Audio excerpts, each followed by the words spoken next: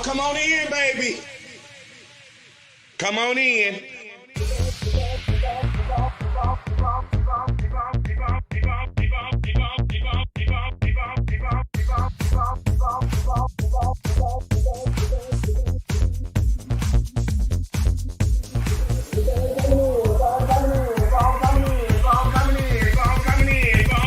I wait for everybody to come on in. Come on in. Come on in.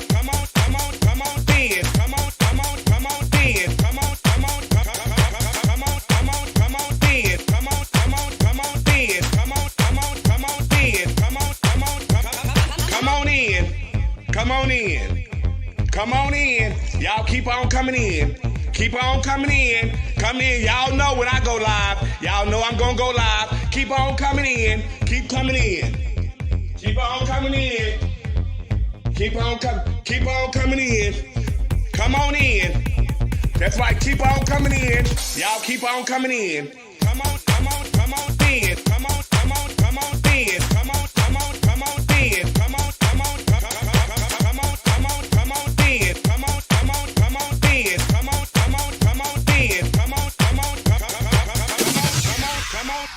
There's no budget here at the Boom Boom Room. See, we have no glam squad here. There's no hairstylist, no nail technician, no makeup artist, just you. This is a do-it-yourself type of gig over here, sweetie. So guess what? This will separate the little girl from the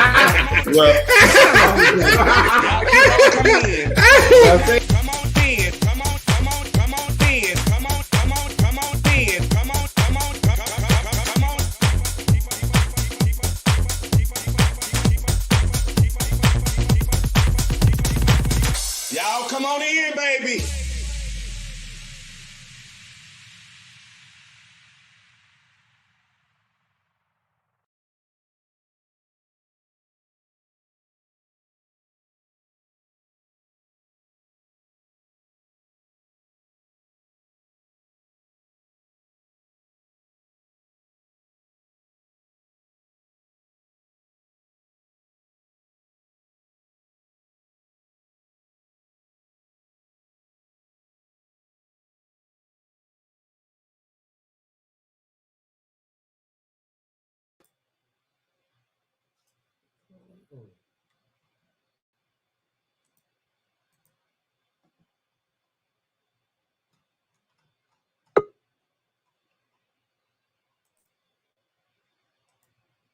Hey everybody, and welcome to another Wednesday night, and it's time for our point of view, and it's time to get our gist. Welcome back, y'all. Hey Coco. How you feeling?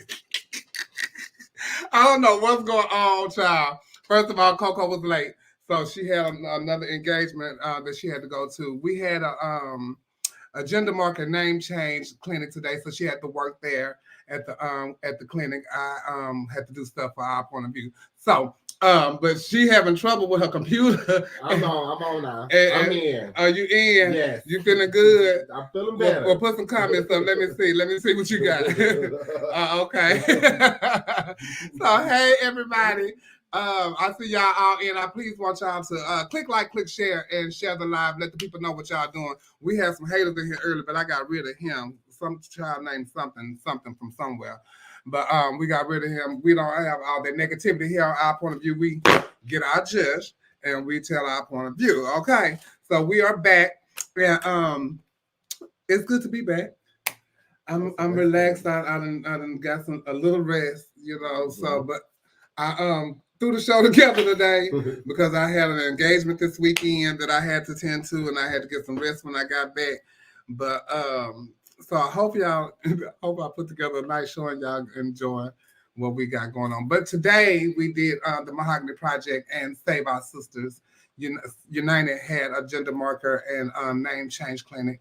Well, like I said before, so I hope that people came from all around. I do know some of my friends did go there that needed to have this done. So I'm so proud of them, and thank you to the Mahogany Project and Save Our Sisters for helping our transgender community. And also tomorrow night, I don't think I put the picture in or anything, but I'm a coach at Montrose Idol. And so the finals is tomorrow, and I have 2 people that are on my team that are going to win, hopefully going to win, and they're going to win $1,500. So if you're down there tomorrow, if you're in Houston, come join us at Rebar for the Montrose Idol. I will be performing, and they sing live, and there's some great entertainers there. They really can sing. So if you like live singing, come on down and enjoy the show. And also on Friday, I will be at Barcode with Roxanne and Carol Dion at Friday night at Barcode. So come on down there and see me perform if you're in Houston. And also this weekend in Dallas, Abounding Prosperity is having a concert this weekend. I don't know if they're in the flyers are in the ads. But Patti LaBelle will be performing on Saturday. I think it's the 18th, or the 17th. Patti LaBelle will be performing. And then, let's see, December 18th, Leandria Johnson and Yolanda Adams will be performing at the Gospel Brunch hosted by Kelly Price. And it is from 12 to 3 at the Fairmont Hotel on Ackert Street in Dallas, Texas. And then we'll be a brunch buffet. And so, yeah, it's going to be cute. Mm-hmm. Less than 10 days to get your tickets. You can get your ticket information at www.dallassouthernpride.com. So, yeah, if you're in the Dallas area, go check that out. I wanted to go to the Patti LaBelle concert, but it do sound cute. Yeah, it do sound cute, but I won't be able to go to the brunch because I'm gonna go to Austin to see my family on Sunday. So, yeah, but that's what's going on here in Texas. So if you're in the Houston area, please come see me on Friday or come and say hello to me at Rebar and have some drinks with me on tomorrow night. And if you want to ever advertise right here at Our Point of View, please hit me up in my inbox or one of the panelists here. We will definitely advertise your whatever you got going on, child. It could be your OnlyFans or whatever you want it to be, child. It could be. But if it's your OnlyFans, please send the code because we'd like to check it out first. You know, we don't want to just advertise anything over here at Our Point of View. Yeah. Child, so girl, that Vladimir thing is back. How he get back in here? I thought I blocked you, Jesus. I don't know, but block it. How do you block it? Whatever. But anyway, yeah, we're gonna bring in our panelists right now. Let's bring in the surgeon. Let's bring in Trent. What's up? What's up, Queen? What's going on? What is giving? Oh, it's giving, child. It's giving. Congratulations. I'm so happy for you. Thank you. You went down there and you did a thing. Great competition, and I'm so proud of you. Thank you. Let's welcome in Neil Dupree. Hello. Hey, Neil. Come on, Bob. Okay. Shaking it, honey. Shaking it. Hey. Just shaking it. Hey, Neil. Hey, Juan. Hello. How's it going, everyone? It's going. Let's welcome in Dominique Sanchez. Oh, Victoria, I love you too. You can mute the girl. Praise the Lord. Happy Wednesday. Amen. Happy Wednesday. How y'all doing? I'm fine, Mr. Simmons. Mr. Dupree, sir, how are you? How are you? Doing great. I'm doing good. I'm actually feeling, I don't know why, but I told Chevelle while I'm over here, I'll just up feeling. Why you feeling so good? What's going on? Oh, I can't say it on air. Oh, ain't nobody in the pot of stew, is it? Oh, no. Oh, well, kind of, sort of. Okay. She got her dress. Baby, my whole judge, baby. She real happy over there. She happy, baby. She real happy. I like when my sister is happy, child. That's good. Trey, how your week been? My week been good. I was in New York yesterday doing and y'all, I love Sherry Shepherd's show. I don't know if anybody else watched it, but I love it because it's so positive and she's just really good. She knows how to hold her own, and I got a chance to go there, meet her, sit in the audience, and with Wendy Raquel Robinson because the new season of the game is coming on tomorrow on Paramount. Yes, it is. So I got a chance to do that. So my week has been pretty good. Yeah, shout out to Wendy Raquel Robinson and the cast of the game and Trent for working on the show. If y'all know, y'all watch Our Point of View. Wendy had popped in on us and stuff. Yeah. So I've been waiting. I love the game. So I can't wait till it to come out. So y'all check it out. I think it's on Paramount, right? Yes, on Paramount Plus. It's on Paramount Plus. So y'all check it out. Neil. Yes. Great. Tired. I just need to sit down and just do nothing for like a day or two. Child, tell me about it. What's your week been like?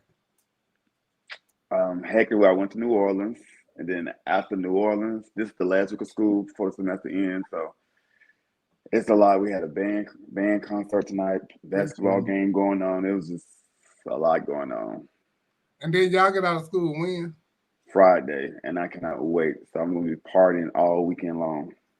Oh, so you need to be resting, honey, before you get to party. Oh, you trying to rest up for the weekend? Yes. I don't want no real rest. Okay. All time. Dominique, what you been up to? Just work. Our grant, another grant is ending, so we got to try to get all of the people that we've got in the system out the system before the new year starts. So, got to get these people the help they need. Okay, I know that's right. I went to San Antonio last Monday. I told y'all, and I had ran into a friend of mine. Well, Portia actually ran into him. She went to go get something to eat, and this person I've been knowing probably since I was like maybe 16 years old, and I haven't seen him in I know a good 8 years maybe. And Portia just happened to run into him that night, and he watches the show faithfully every week. I want to give a shout out to my friend Noodles. Noodles. And he is a big fan of yours, Trent. He love him some Trent, baby. Oh, he love the whole Noodles. He done dissected everybody and our personalities and what we are to the show and all that. He's a really big fan of the show. So shout out to Noodles. Shout out to Noodles. Thank you for watching, taking time out of your Wednesday. Thank you for Noodles. Yeah, shout out my friend Nunu, honey. So also in the news today, I woke up this morning and found out that one of my favorite dancers from So You Think You Can Dance, Twitch, has passed away. And he was also the DJ on Ellen. He's been in Step Up movies, all kind of different movies and stuff like that. He was married with 2 kids. He married his girlfriend, a wife that he met on the show. Her name is Allison.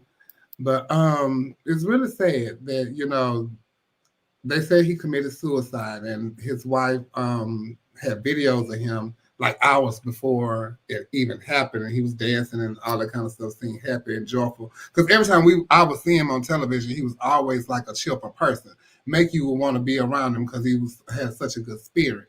And so you never know what someone is going through in their life. They can put on like the biggest front and could be just hurting and dying on the inside. And you never know because some people internalize a whole lot of stuff and they don't, you know, like to talk about it. And I've even talked about that myself on the show. And even Trent gave me like good advice before about internalizing things. And so, you know, just reach out to your friends and just ask them sometime how they doing, you know.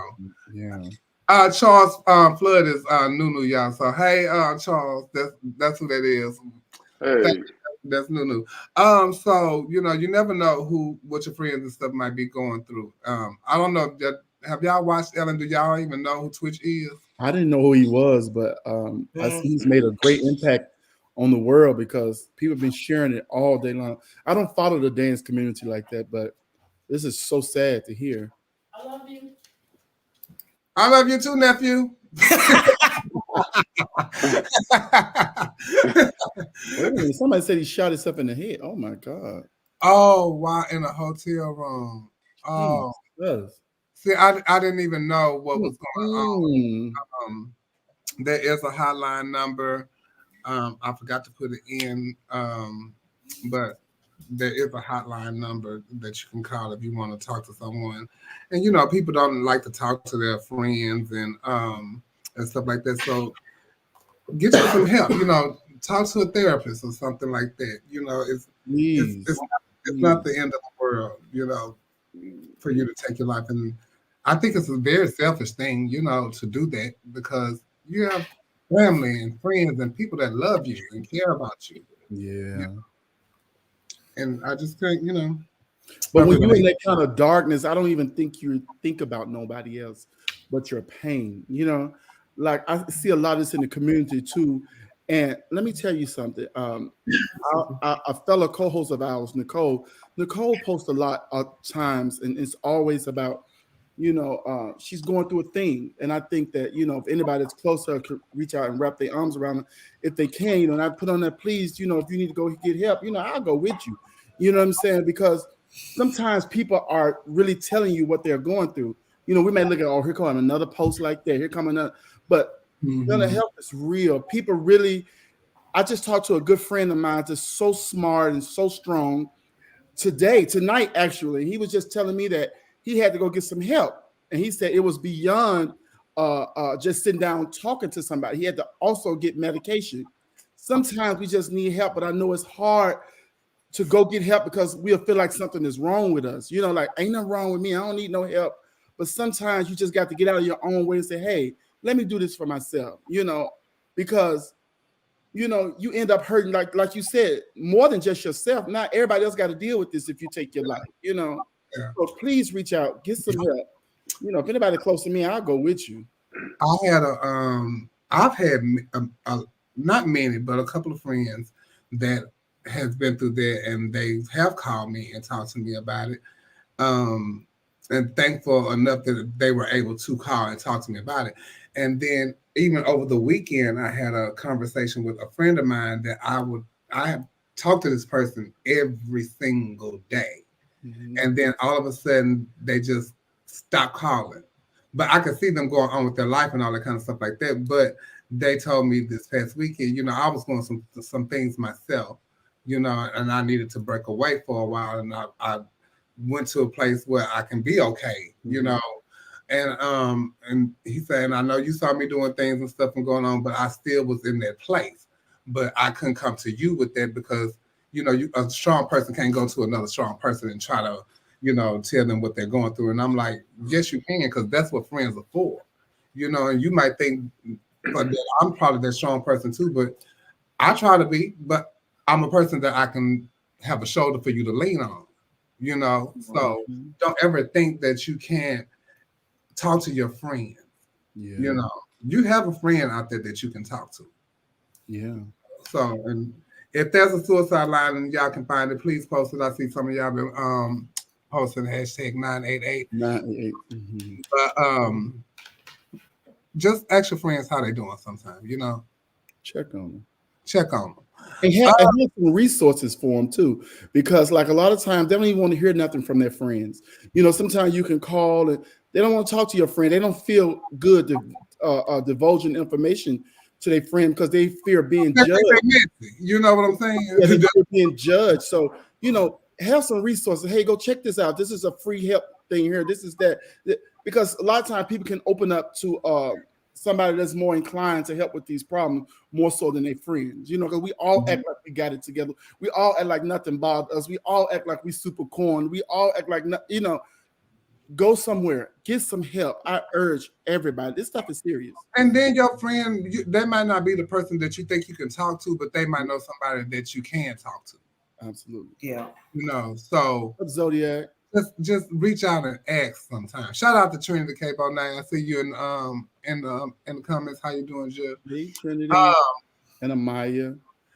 So in other news, Miss Gay America Dextercy was recognized as a national leader by President Biden and was invited to the White House for the signing of the Respect for Marriage Act by President Biden. I forgot to put the picture in, but she's standing up there with President Biden, and while he's signing the act, I want to give a shout out to her. That is absolutely amazing. shout out to the Miss Gay America system because they really do really, really great things for the community, not just in the pageant community, but for the community as a whole. And Dominique is a former Miss America, and you'll be celebrating what this year, 20 years? 20 years. 20 years. When is Miss America? It is in January, somewhere like right between the 15th and the 20th. It's gonna be a good time. I'm excited. Of course, they're gonna do a big tribute to Cody during that week. Yeah, but I love Miss America. With all the flack that people say how boring it is, but it's actually a really good experience, and you really learn a lot about how to lead by being Miss Gay America. Thank you, BJ. It's the 15th through the 17th. And it's where? In Little Rock, in my home city and state. Mm-hmm. I want to go to Miss America this year. Me too. You should come. I mean, you have to be around the Gay America supporters. And I'm telling you, being at a Miss Gay America function is just different from any other experience because there's gonna be a lot of contestants. Shout out to Aria, she is competing. That's right, Miss Aria. I think I'm gonna try to make it to Miss America. Let me know, sis, if you're coming. Yeah, and then I'll take you to my sister's house. They smoke over there. I don't participate. You don't take me too. I'm getting in the car too. What the hell? Yeah. Okay. Yeah, so y'all meet us down there in Little Rock, Arkansas. Final night is the 20th, so we do know that. So I'm gonna try to make that happen. That's right. Derek Fisher is from Arkansas. I forgot that. Go to Miss America, and Dexter is from my hometown, Monroe, Louisiana. So I do want to go and support her. So yeah, that's sickness. So now. Also, we got a lot of things happening in the news, and this month also happening. The House of Jewels is having their monthly show that they have once a month, and it's a flyer. There it is, and it is. Monty will be celebrating his birthday. It's hosted by Ava Chanel Alexandria. D. Andrew St. James will be on the show, and it's also the return of Sheena Divine Hawkins. And we have Sheena here that's going to come in and talk. Let's bring in the artist formerly known as Sheena Divine Hawkins. How are you? Hey. What's going on? You're riding the car. We need you to pull over. We don't want you to hurt yourself now. So, no. Look, I can multitask. All right. That's what everybody say they'll be laid up there with a neck brace on. What's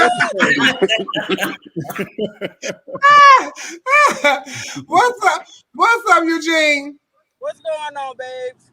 Tell us about the show on what day is on? The 22nd? 21st. The 21st at 9 p.m. It's a Christmas show, and it's also for Monty's birthday, and it's also a battle between a few of the entertainers, such as April Chanel and Kenya Black and Catravion, Kayvon, and I forgot the other person.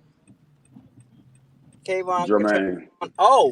And Jermaine is going to battle.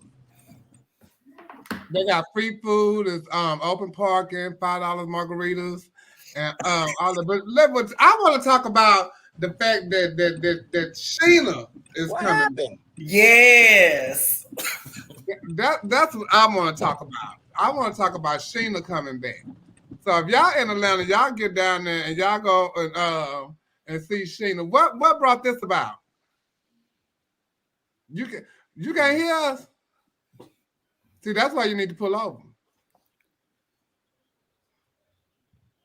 Bean, what's wrong with your phone? We can't hear you.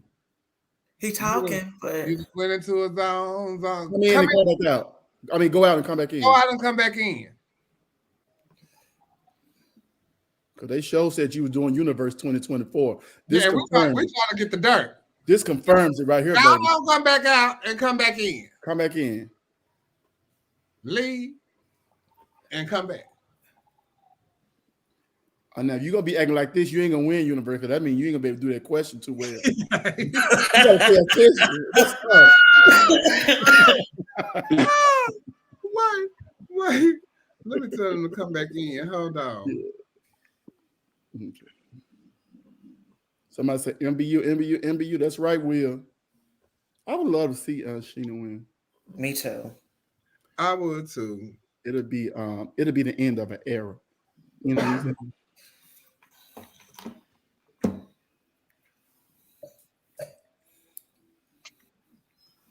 I just told them to leave and come back. Can you take her out and then send her a message to come back in?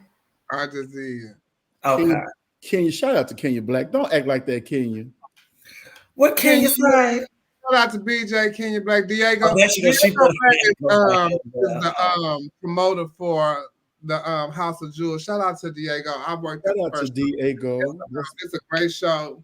It's a good time. So y'all go and check it out if y'all are in Atlanta or in the surrounding areas and y'all want a good show. So go and check it out and go and support Sheena and Monty for his Monty's birthday and the battle, because I know them boys from the dance. They tell okay. Bring y'all dollars. Bring y'all dollars. Baby, I know them boys. Oh, I can't wait. I'm really excited about that because I know they finna try to kill themselves like a fish. I know Katravia, all of them. And they can dance for so long. You be like, damn, where they get that energy from? Too old to be doing all of that. You know what I'm saying? I get tired walking in the goddamn building. Okay. Now, they should have had what's your dancer's name that I love? What's your dancer's name? Former Mr. USA at large. Who? He danced for you at the pageant that just passed. Ladarius. Woo, baby, that child gets them old dirty pigs. That big thing can go, honey. Let me tell you something. That big thing can go. But we gonna wait till when Eugene get back. We'll talk about that. But we're gonna move on. I saw the other day Pastor Jamal Bryant. For those of you who know Jamal Bryant, he's the husband of Giselle Bryant from the Housewives of Potomac. We done talked about him on the show before doing some things he ain't had no business. He's always doing something. But this time he's in the news because he was saying he wanted to start a cannabis business at his church to attract Black men. He said they're able to do it legally. I'm teaching them about farming. This is the video that he from the interview that he did, and we're gonna come back and talk about it. I'm looking for people that smell like weeds. No, really, New Birth is the largest land-owning Black church in America. Wow. And so my position to my deacons is, why aren't we not raising cannabis? I'll be able to bring in Black males. They're able to do it legally. I'm teaching them farming. Oh my God. I'm helping them to enhance the ecosystem. This is the kind of conversation. So if the guy, Black boy in Bankhead said, they growing weed at the church, where do I join? Yes. I don't need no pamphlet for him. I got 5 on. Oh, what's up? Listen, I'm in total agreement with him. This is an opportunity. People have made weed so bad when liquor is the real killer. Okay, I ain't never heard nobody dying from weed. This is a multi-million-dollar, if not billion-dollar industry. It will be a billion-dollar industry. They should tap into it. That'll bring jobs and like he said, motherfuckers come to. I'm sure he's not gonna have a smoking section at church. Okay, while he's at the church, I'm sure they're not gonna be selling weed at the church. Right. So what I think is he make good sense. Let's capitalize off something. We so hell bent on, oh, that's not of God. This ain't this. This ain't that. Church people are the worst. Church people gonna die broke. They're gonna be just like Florida Evans. They're gonna be, every time there's an opportunity to get out the ghetto, they ain't gonna leave. They too goddamn holier than thou. Listen, hang Black Jesus on your wall and go out there to New Birth and plant some weed and watch it grow. What's your thing, Dominique? It's very unusual. It's very unusual. I mean, I guess I just have a couple of questions. So who the money gonna go to? Is it gonna go to the church? Is it gonna go to the church? Some of the and then are you going to use it for the continued enrichment of these people that you're bringing in, or are they just going to be used for labor? I mean, now if you're going, like if somebody say, okay, well, I've helped you do this, I want to go to school, or I want to go to this training, are y'all gonna use that money to help these people do this other stuff? I mean, or is it just gonna be going so the church can get bigger and you can have new cars? I mean, I would really love to know how that money is going to be channeled. I would think that, that first of all, they're not going to be selling weed at the church. They're just planting it and growing it. And like you said, he's going to be teaching them about farming and all that kind of stuff like that. So I would think that they're going to sell the weed to the cannabis dispensaries and stuff. And they will put the money back into the church and use it for things like you said, for scholarships and stuff for the kids. For those boys, right. Yeah, I would think that that's because that's what, they're going to be the ones planning and doing it, not for them to smoke it or nothing like that, but for them to, him to bring them into the church so he can teach them and talk to them and encourage them. What you think, Neil? I think, okay, teaching farming. I wonder if he's teaching farming now at the church with just corn. Not what other different types of farming things. Are you doing that now? Yes, but I doubt it. Why does it have to be me? I doubt it, but I think the concept is appealing to people, and I think it draws people attention to your church, if nothing else. And it is a multi-billion-dollar industry, so everybody who has money and can do it, trying to get into it. All these celebrities are doing it. People with money are trying to get into the cannabis business because it's a lot of money out there. Now, financially, these people who he's trying to do this to, maybe they are putting in a portion, or they're getting a portion out of it since they're doing it legally. So they must, it's a lot of questions to it. I understand the overall concept of trying to appeal to people. Yeah. I guess I just kind of feel funny about if it's on the church campus. But what's wrong with weed? I'm talking about on the church campus, though.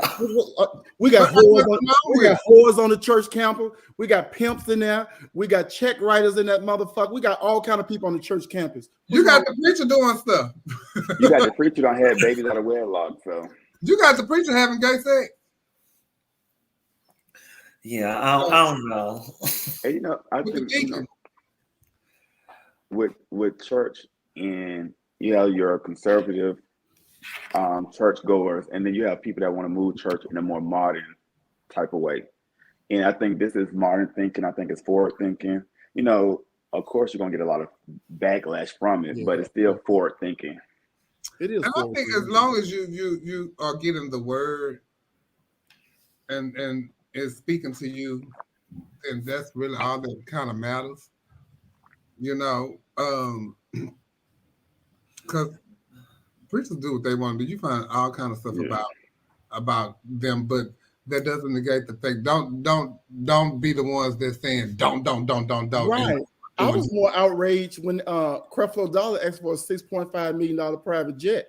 I was more outraged from that because he wanted working class citizens to come in there and put extra money in church every Sunday so that they can pay for his jet. Now this man trying to find a way for everybody to make money. Let's make money. Let's quit being so close-minded. I remember in Memphis when they wanted to put a casino in Memphis, and all the church people, oh no, we don't need that. We don't need that. What's that sitting in there? Listen, they end up putting it in Tunica. Tunica making all kind of money. You know what I'm saying? Like city. How many church buses go to the casinos? That's all I'm talking about.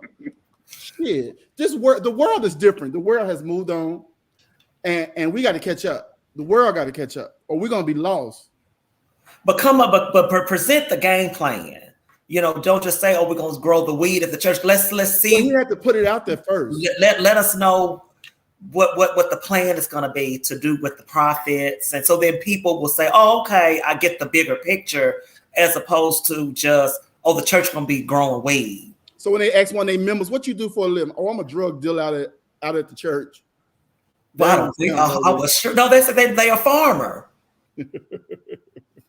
They'll say, "I'm a farmer." And Vladimir said we need to let Neil talk because he said, "Y'all let me talk and my hair look like Adolf Hitler." Child, we ain't even paying Vladimir no attention. Bean was back to Bean gone again, so we will wait till Bean come back. Well, I guess it was yesterday. They released the season 15 cast of RuPaul's Drag Race, and we have a couple of friends that's on the show.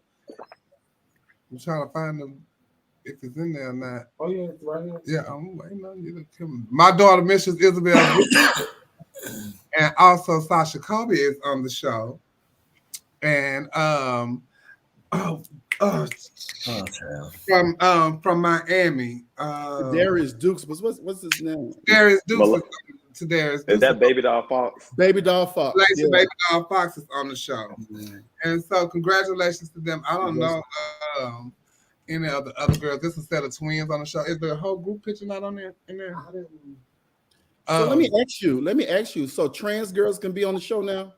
Well, now Sasha is like the first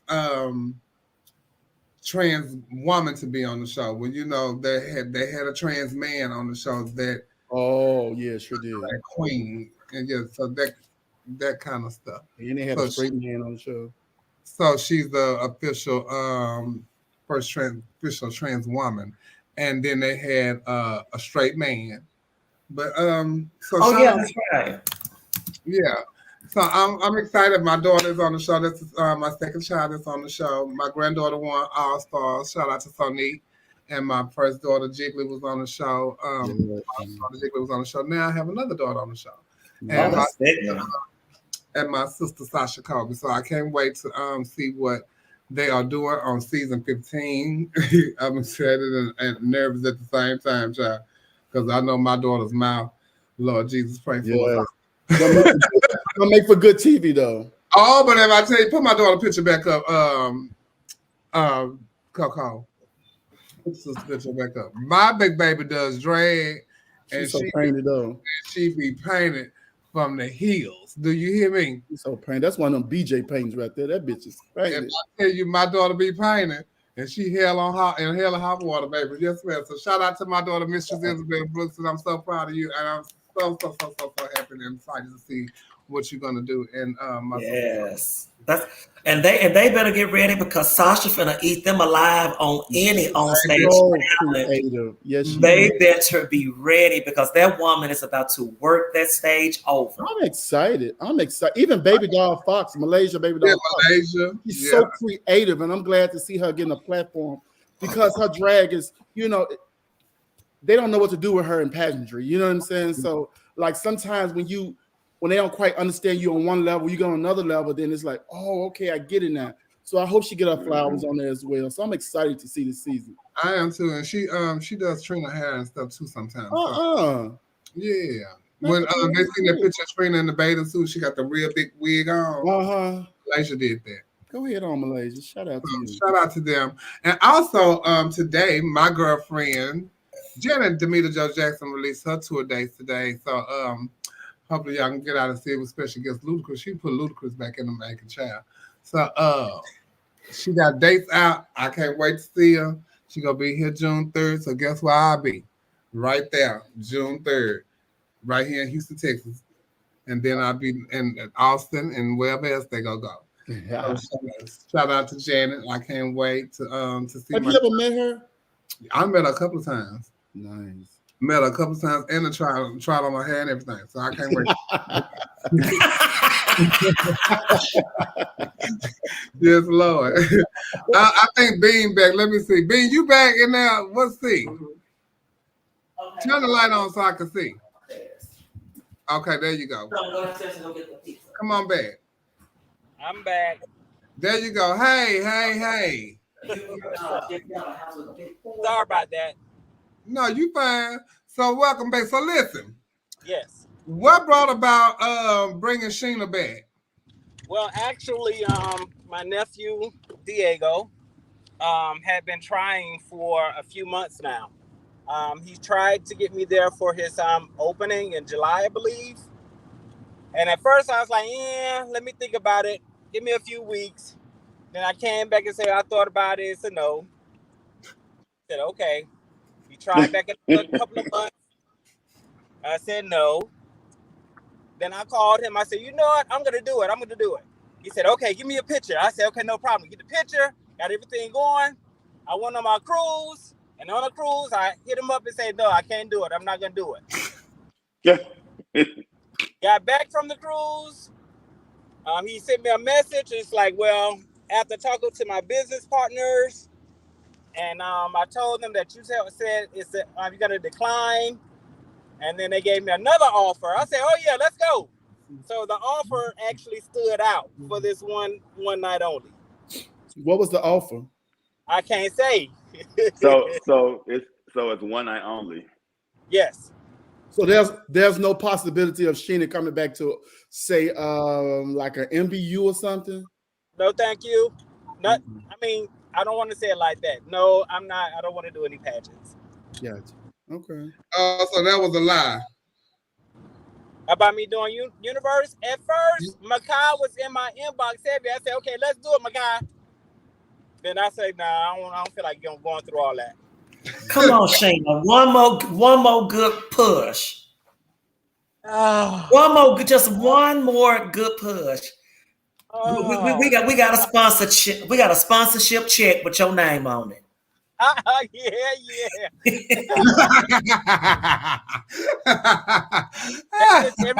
Number one line. Oh, I got you.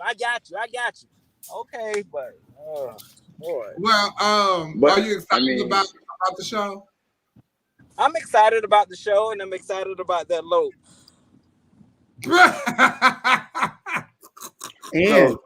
So is this something that, although you're being, would you still like do it every now and then? For the right amount.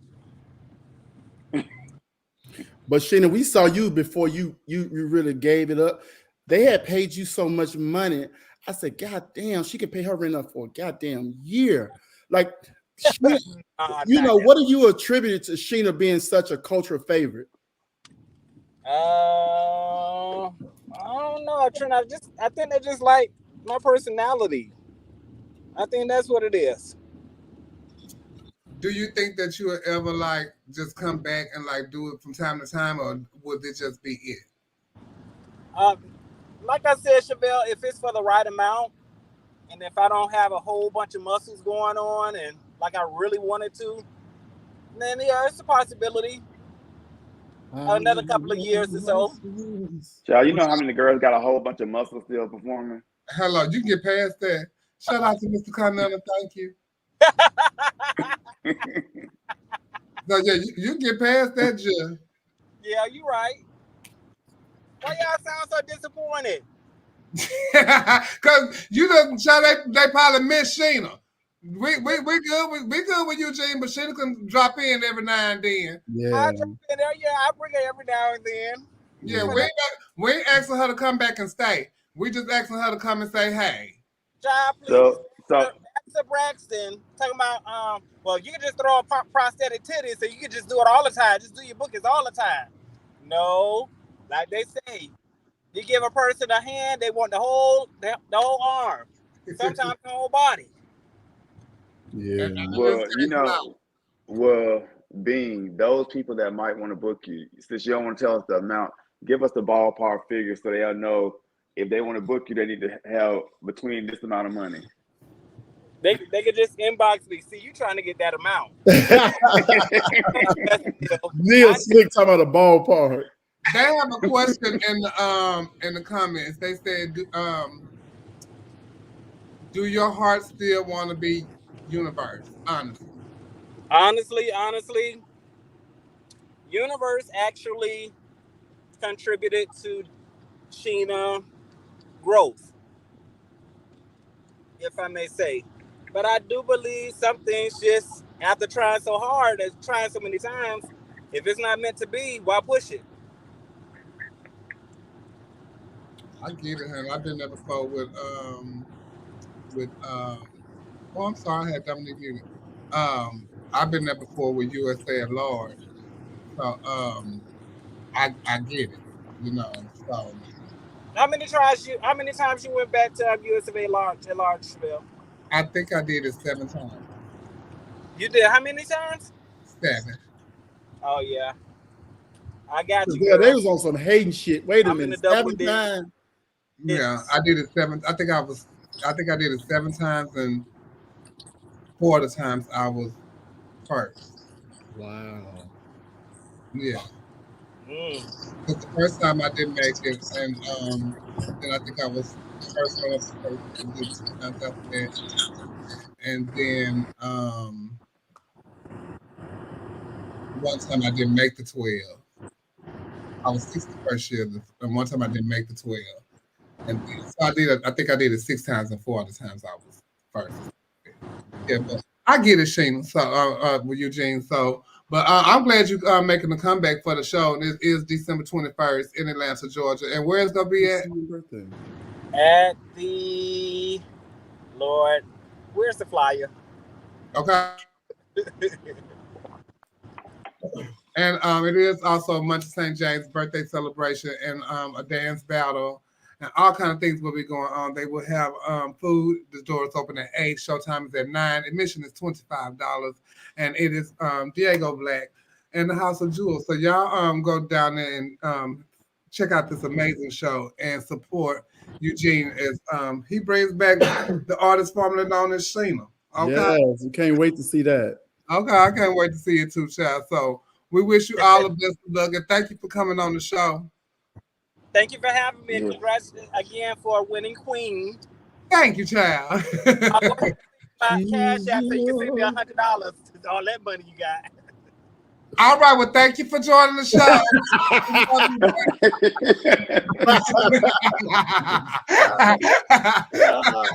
Yes, Lord. Shout out to Miss Duval at large in here. Plus, Mulan is in here. Shout out to Mulan. Shout out to Mulan, Divas and Dialogue, and all those great things y'all doing down there in Florida, honey. Also, I came across this today. Y'all be careful out there. Even when I was in New Orleans, this man, he had called an Uber ride. And the Uber lady just so happened to be a person that worked for the New Orleans Police Department. And but he murdered the lady. Wow. 29 of Harlem, Louisiana, allegedly admitted to stabbing victim Yolanda Dillon, admitted to stabbing the victim at the end of an Uber ride. And then he posted it on Facebook. And he also said, it was, so I won't quote it wrong. Can you put that up there, please? Not that.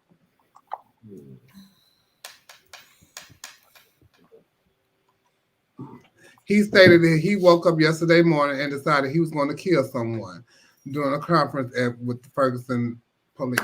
He was in the back seat, stabbed her from behind, exited the vehicle, and just walked away casually. Wow. And then they asked him what chose him, they asked him specifically, how did you pick her? His response for, I didn't pick her, Uber picked her. Oh, wow. Wow. And so that means whoever was going to pick him up, he was going to kill him. Wow. I'm always leery about them Uber rides. You know, y'all be careful out there. Hey, Henry. Y'all be careful out there, whatever you do. And then also in Montrose area, it's a man going around, driving around stalking young men that is walking to their cars, coming from the clubs and all that. And it said, y'all, so I've made a list. This is all the men missing from the Houston metro area since October, all between the ages of 18 and 40, most walking alone. And so they edited the post as to how many the dates and the times it's been. But this post was made, I think, yesterday. I couldn't get a good pic of the license plate, but this is the best pic I could get of the vehicle. The vehicle has been described in the past 5 disappearances of gay men in Montrose. The driver is a black man, must be in his late 20s, early 30s. He stalked me for 3 blocks after I got off work. Please be safe. And allegedly, the man is saying that he's an Uber driver. So if y'all in the Montrose area, in anywhere, y'all please be safe. Please be safe. Catching Ubers, all that kind of stuff. Walking along, make sure you're in a group of people, wherever you're walking. If you know you done park somewhere, tell your friend to take you to your car, some kind of stuff like that. That New Orleans thing is so crazy and scary to me. And New Orleans just gives me like it's always like a kind of uneasy feeling when I go to New Orleans. And like so it's just crazy. Oh wow. And Tristan Mr. Sixfoot said he literally did it in a matter of seconds, talking about the man in New Orleans. As soon as he got out of the car, you see another person get in the Uber and he calmly walks away. She was her mom's caretaker. Oh wow. Yeah, and she worked for that. She was just doing Uber driving for some extra Side money. gig. Wow. Yeah, Tara, I know you Very be careful. You are Uber driver, and so is Mimi and a lot of people is Uber driver. I used to be an Uber driver, Lyft driver, and all that kind of stuff. So, you know, even if you got to transfer to doing Uber Eats, you know, do that because that seems like that'll be like the safest way, you know, to do things. But Or start carrying the gun as you drive. Definitely. And put a nice partition in your car. You put a nice partition and get the packing, honey. Yeah. So y'all be careful out there. I've been holding out to talk about it all over this weekend, but this weekend I have went to New Orleans and I've been asking y'all to send donations and stuff, but I came back and I brought this back, baby. Yes, come on with it, Chevelle. Bitch, when I tell y'all just don't know. I'm so excited, and they didn't give it to us on stage, but they gave it to us when we signed our contracts. This is our trophy. That's beautiful. That's nice. It's heavy. And my king is Milan Dupree, King Milan. Shout out to Al. I'm really excited about the year that's ahead. And I just can't tell you, I slept with my crown for 3 days. I was like Layla LaRue. I packed her around everywhere I went. When I went to the Airbnb that night, I said, girl, why you carrying your crown? Because it's mine. I deserve it. Wherever I want to pack it, I can pack it. And I'm so happy. And I thank everybody that helped me get to this point. All the prayers, all the cash apps, all the Venmos, everything, all the posts. That's a beautiful plan. Yes, it is. That y'all have given me. People that bought T-shirts, people that bought the fans, just everything. Everybody that was behind me in my quest to do this. I truly think that this is going to be it. You know, when you get to a point when you win a pageant like Queen, that I think that says it all. You know, and a friend of mine, Roxanne, asked me, what would it mean for me to win this pageant? And I told her that it would mean become 360 in my career, because when I first started, I wasn't a dancer, and I used to love doing like live music. I used to do "Just Call My Name" by Allison Williams from she did Apollo, and that was like one of my first talents that I did. So I've always done like stuff with a microphone, and I love doing drag. When I first came back from the college, End of the Road was one of the first songs that I did on the show when I got back. And so that was always my passion in drag, was to do drag songs and, you know, emotion and emoting, all that. The dancing stuff came because I knew how to dance. And that's what catapulted Chevelle Brooks. But Chevelle liked to do stuff that's emotional and get the people to enjoy what I'm doing and stuff like what Nicole does, because I can do that, you know. So preparing for this pageant, even before I knew that I wanted to do something different for talent. And at first it was going to be Push the Button, because it was still kind of way of me dancing and stuff like that, but it was Broadway. It was something different for Chevelle. Then I started losing weight, and just so happened, I always have done Gladys Knight. Like I told y'all, I've always done Gladys Knight, but for some reason, everybody started saying I look like her. So that's where that came from. And then I had to talk with Cody Collins. And when Cody said, have you ever done Gladys for talent? I told her, no, girl, I never done it like that for talent. She's like, you should. Get Vladimir off of here. No, let him carry on, child. Let him carry on. I think we figured out who Vladimir is. But you know, so Cody is the one that ended up instilling that in me to do the Gladys Knight, and I'm glad she did because I came out victorious. And I talked to Tasha Long about my character doing Gladys. I talked to Roxanne. I talked to a lot of people. When you're doing characters, you want to talk to those people that do characters for real, and they tell you what to look for and all that kind of stuff. So I truly am thankful for those people. Thank them for their advice, and thank y'all for all the support. And shout out to my owners and promoters, Ray Sean and Adam, and Coco, and Alexis, Giselle, Quentin, Venus, and everybody that works with the Queen Pageantry system. I'm looking forward to a great year with you guys, a great year with Al. And I did see Neil while we was there. Yeah. Neil was there. And Neil came backstage and told me what he thought. Of course he did. This is a before and after. This was before I won and after I won. So I was so glad to see Neil and a whole bunch of other people that I did get to see there to support the Queen Pageantry system. So, how long had it been since Al competed?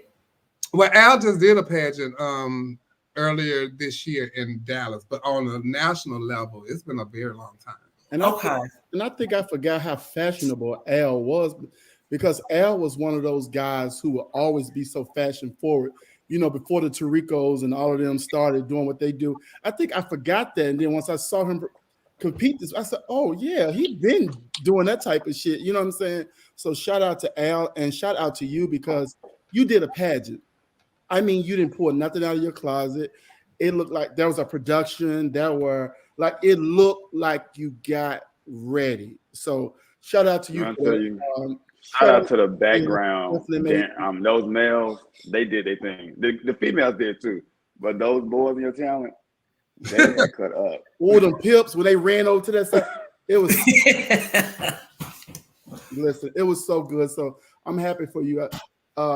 How important is it to lead pageantry on a win?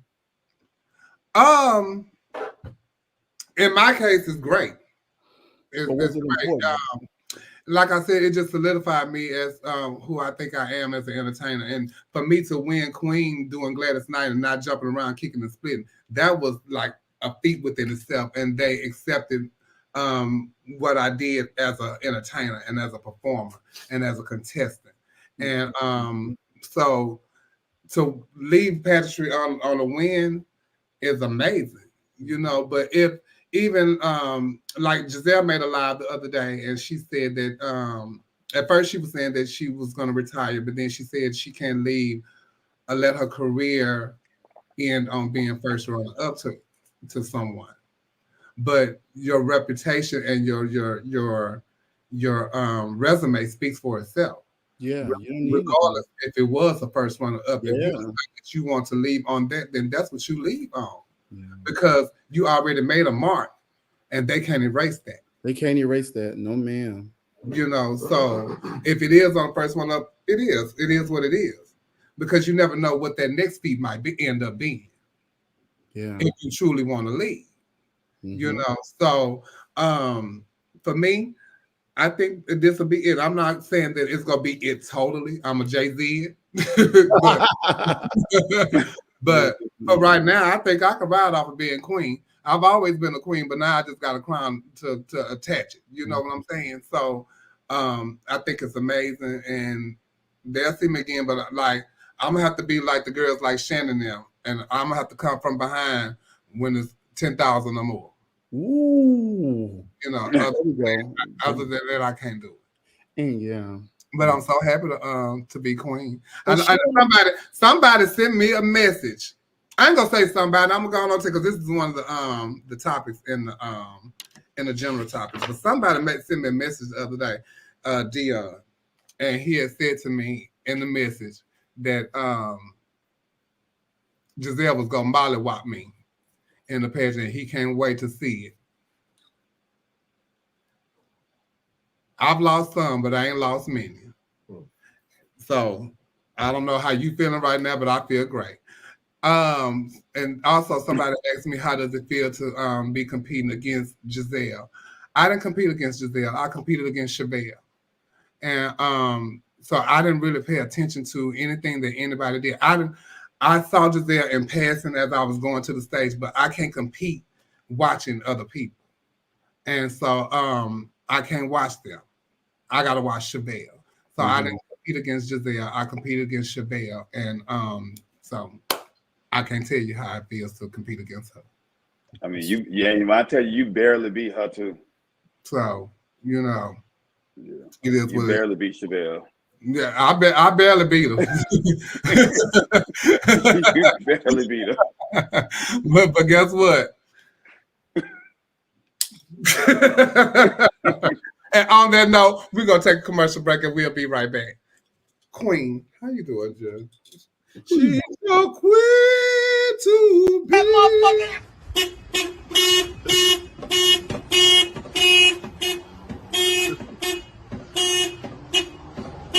All right, man, I'm gonna holler at you later.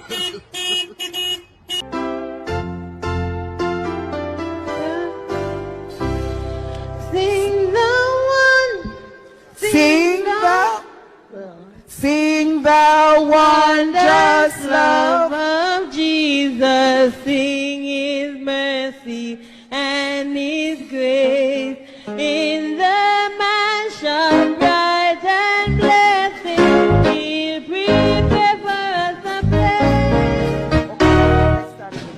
Hey, you can be that bitch, but you post it, you gonna be a single bitch. By yourself, bitch, lonely bitch. Sad bitch, crying bitch. Yeah, so what makes you think you don't need to be that way? One fish, two fish, sad bitch, I'ma get a new bitch.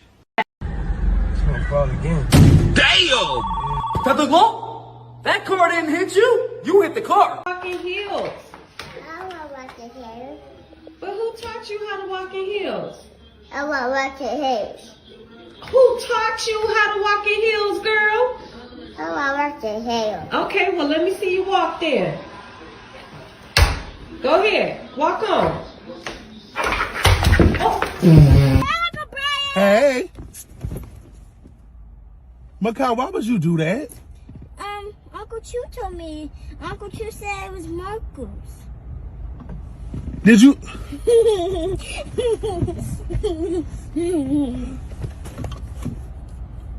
Macau, why would you do that? And you know we about to go out to eat. Uncle Chu said it was Marcus. Who? Ain't nobody told you that nothing was no marker. Why would you do that? Did you mess it up? A little bit. I'm scared. I'm scared.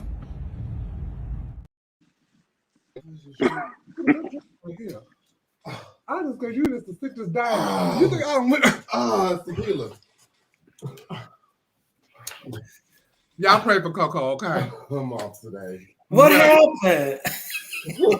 Y'all really pray for her. I just really want y'all to pray for her. Let's tell her what I did. So I went downstairs to put some ice in my cup. I had to go upstairs to get some cigars. I come upstairs, get Coco the cup. She go back downstairs and make me a drink. That's what I thought. Why would I go downstairs and make my own drink? I thought you forgot something to say. The drink is right here. Girl. What's tequila? I know. Little Nation gave me some tequila, so I ain't no telling what's gonna happen. Yes. Thank you, Nikki. So it's time for our general topics, y'all. So I saw this guide the other day, and I want to see what if y'all think this is like accurate. Is there a picture of it? Don't do Coco like that. No, it's not. Are you sure? Okay. Come with the sugar. Mm-hmm. Oh yeah. Oh, I thought you said it wasn't. So, somebody posted this a couple of weeks ago. Showgirl Guide to Excellence. 1 to 5 years, you're a newcomer. 5 to 15 years, you become popular. 15 to 25 years, you're a star. 25 to 45 years, you're a legend. 45 to your icon. How accurate y'all think that is? That's bullshit. 0%. Yeah, that's a long 0%. stretch. You gonna be dead before you get to be a goddamn icon. You know, fucking icon at 70 years old. What the fuck? No, I'm old as a motherfucker about to exit Earth. No fucking icon. I'm sick and I'm about to die. Oh my god! No fucking icon at no 45 years in the game. 45 years in. Maybe it's in dog years. Woo. I don't think that was probably a little true that I would agree with. It's like the 1 to 5 years, like during the newcomer. Yeah, up in that, but y'all have to switch it down later on. Yeah. But outside of that, no. Oh my god. 45 years to an out. Put it back 45 up. years. Maybe they take them 10 years out for the star. Yeah, take that fucking star out of there. You a fucking legend within 15 to 25 fucking years. You can take popular out too. Yeah. You can be popular in the first year. Yeah, I was just about to say that, Trent. You sure can. Mm-hmm. Do what, Trent? You could be popular in the first year. So can. Shit. In your newcomer year. Yeah. No, that's bullshit. Oh my god. That 1 to 5 years though. Yeah, how long you gonna plan to be there? 1 to 5 years. 1 to 5 years. I think that's accurate for a newcomer. I think 1 to 5 years for a newcomer. I can see that for newcomer. But you know how I feel about newcomers. Stay a newcomer as long as you want to. Someone wouldn't even have a title if they never was a newcomer. Well, you be running up on a big dog, tear your motherfucking ass up. I've always said that I was gonna make a comeback, and I think Johnny is on here. You know, I tell y'all that I have an alter ego. And her name is Liz. Her name is Elizabeth Houston, and she named after Whitney Houston.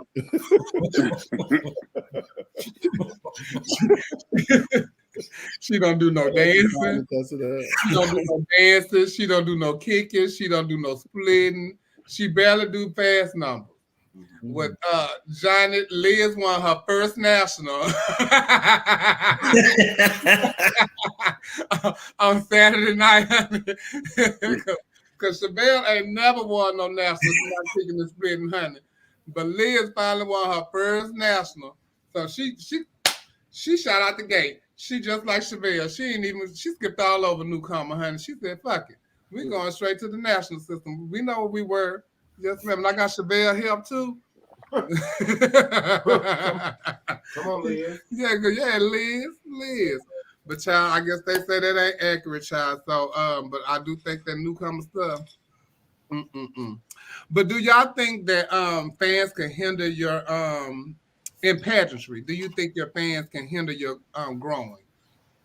Absolutely. Because I think a lot of people, when they are entertainers or in the spotlight, they like a lot of yes people around them. And when somebody goes against you or say that they don't like something that you did, people take it personal. And I'm like, it's not personal. It's about just what you presented in the moment. I mean, prime example, I could say I was rooting for Chevelle. She won the pageant to me. Did not like some of the hair choices in the pageant. But but you should be able to say that to people. Yeah. And people don't say that to who they like really fans of. Everything that you say, they just gonna ride with. I don't like no yes people. You know. Yeah, yes people is the demise of most people, and they always hinder their growth because that's not just in pageantry, that's in life. You need somebody real around you to tell you what's real, because if you don't, you'll go through life thinking that everything you do is right. You can't make mistakes. You can never lose.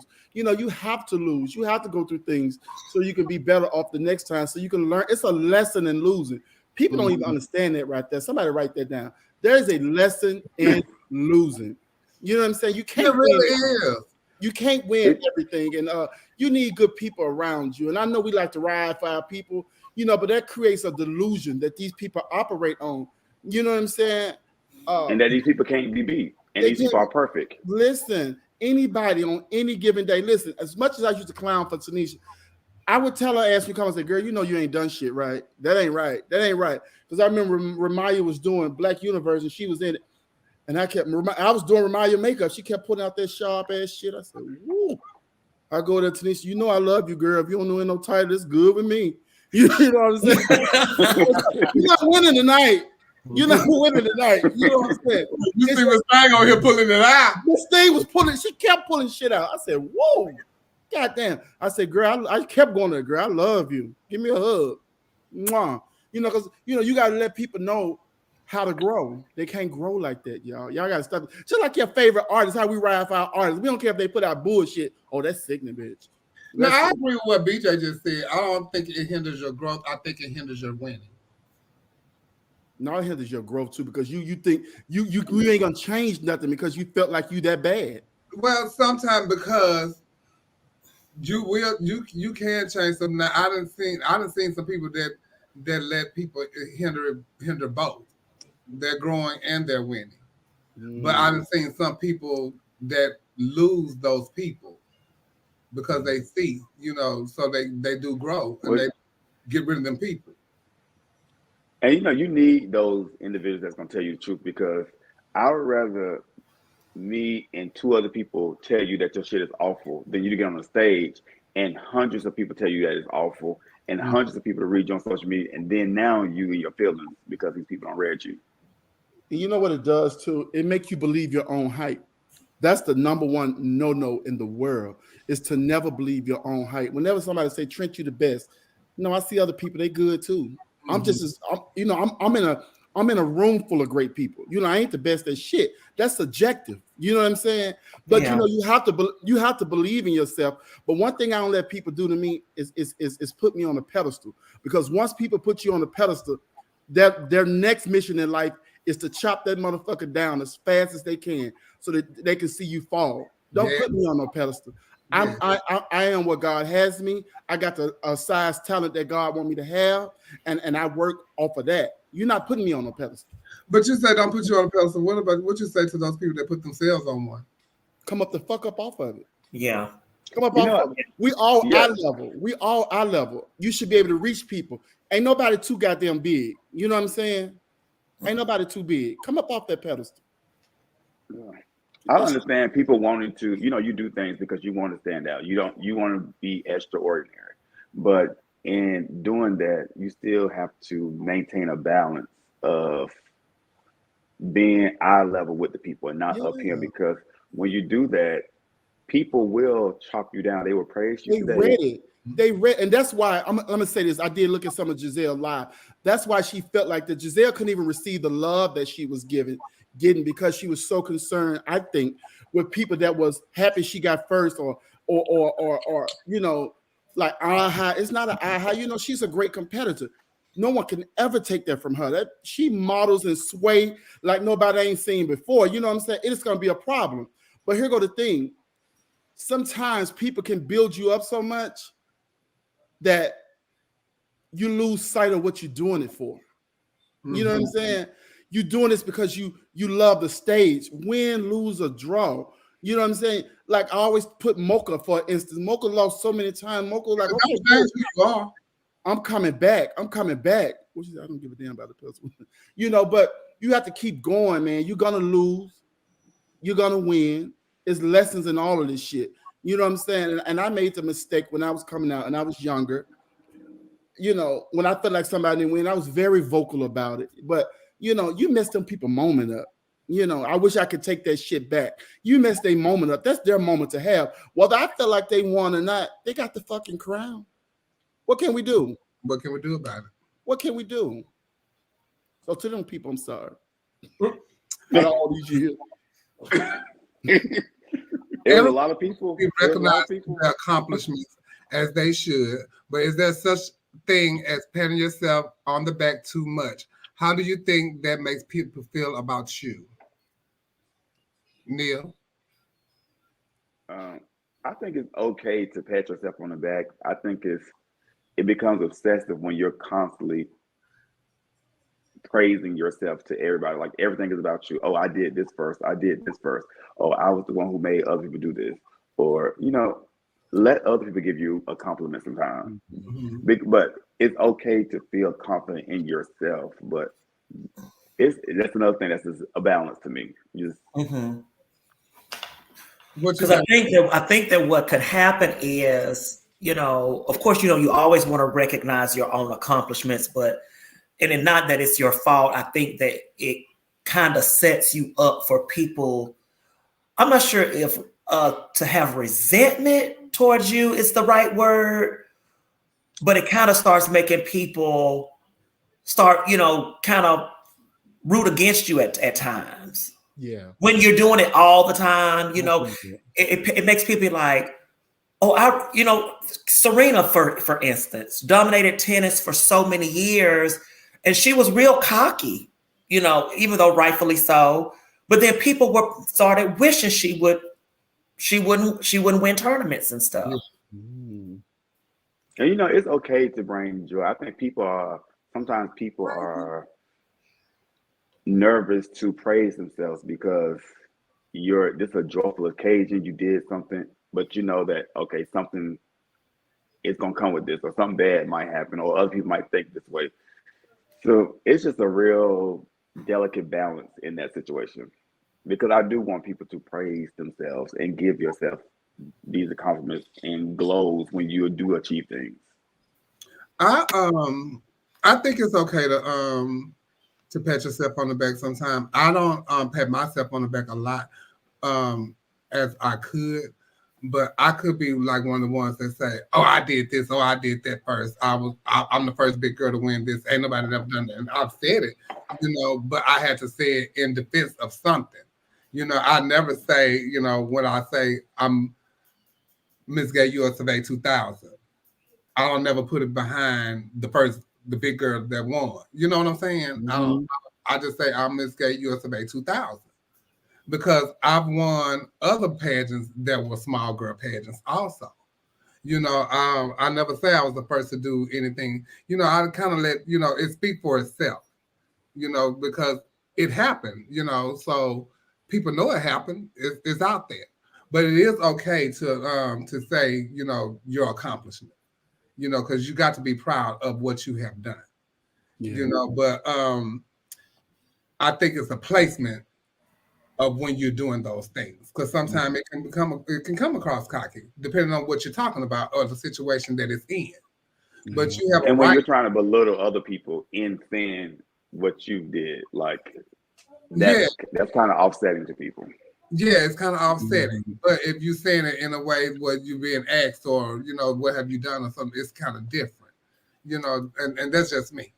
That's just how I feel about the situation. But everybody might feel the same way. Right. I also think it's a thin line between cocky and confidence anyway. Yeah.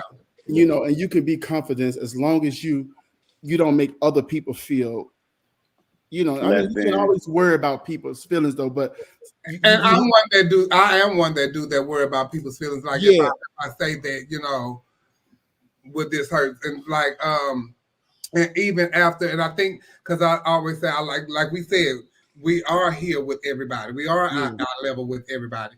So I like to say that, I am. And then when I say something like how the stuff went off about how I felt about Continental Plus that year, I'm not at our level with everybody at that point.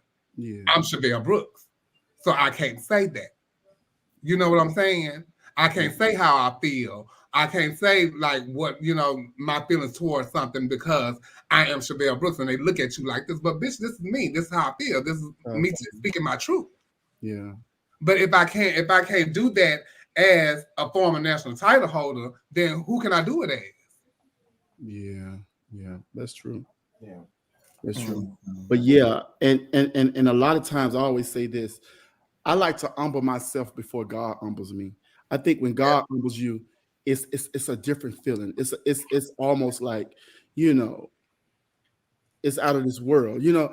Yeah. But oh God, I don't know. I try very hard to be humble. I really do, because first of all, I don't come from shit. Cause our shit don't say. You know, I our don't shit come from say shit. to me, you know. Yeah, and I'm appreciative to where I am. I know that any moment, anything can happen to anybody that can make them go back to being, you know, in a position or a situation where it's not very favorable or very pretty for them. So you got to be very careful. And when you do that, and it's just like Beyonce fans, right?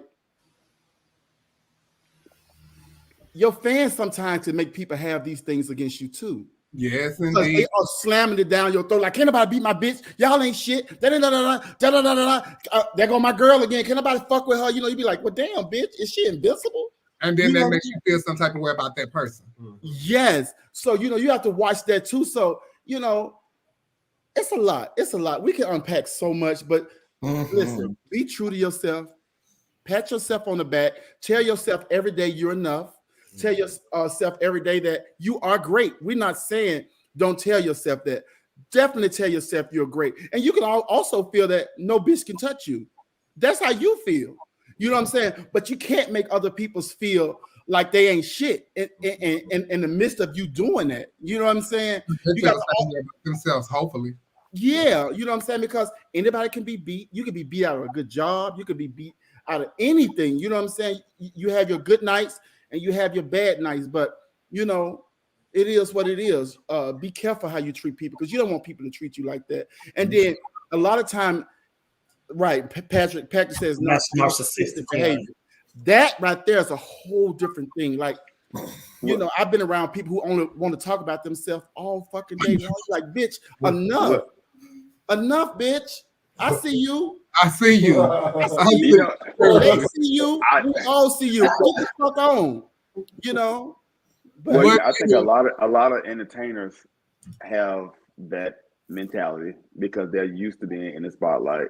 And then even when I talk to entertainers, even on phones or everything else, I can say something about myself, and then here they are one-upping me. You got to one-up me. Everything I say, you got to one-up me.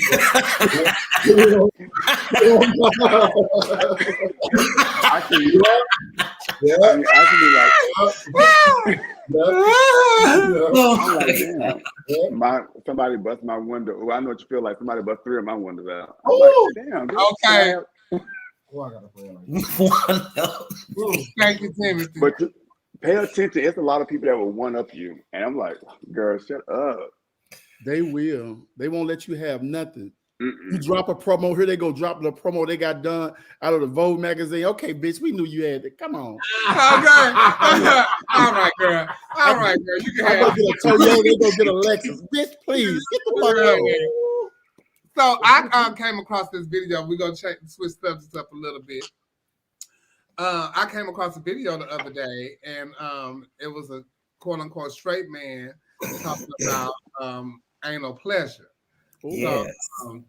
So I want y'all to see this, and then we go talk about it. Did he get that whole tapped a little bit? Oh, I love that crown. That's a beautiful crown. Come and get a girl. Oh, I can't wait. If you look at biology, I mean, it's your body. Like, you're getting pleasure from something that's happening in your body.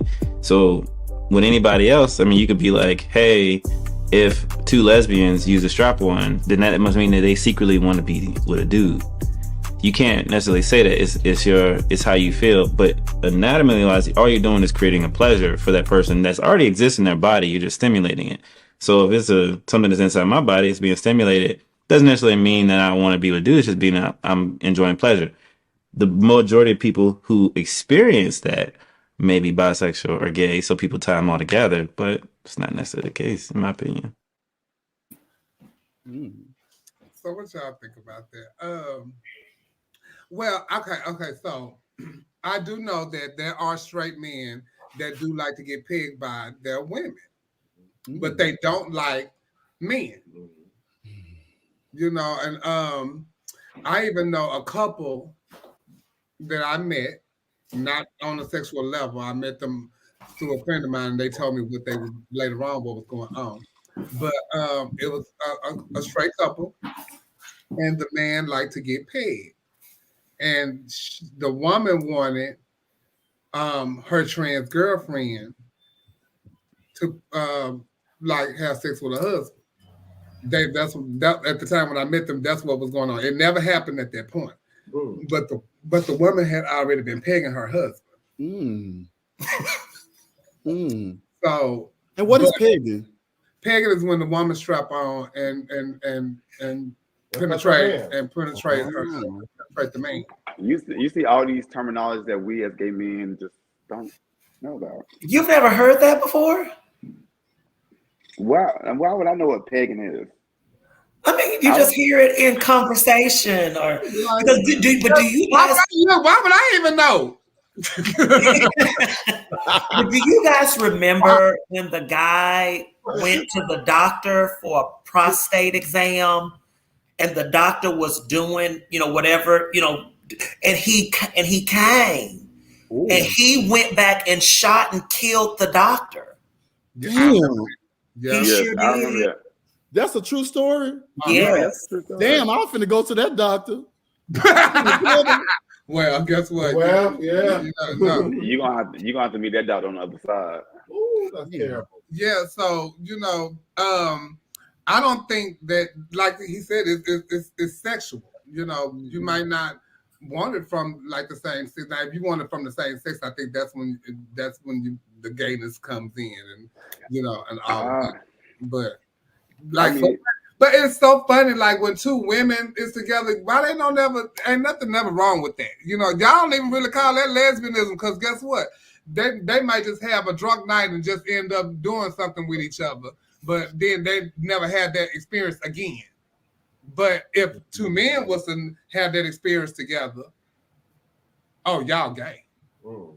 Right. Yeah.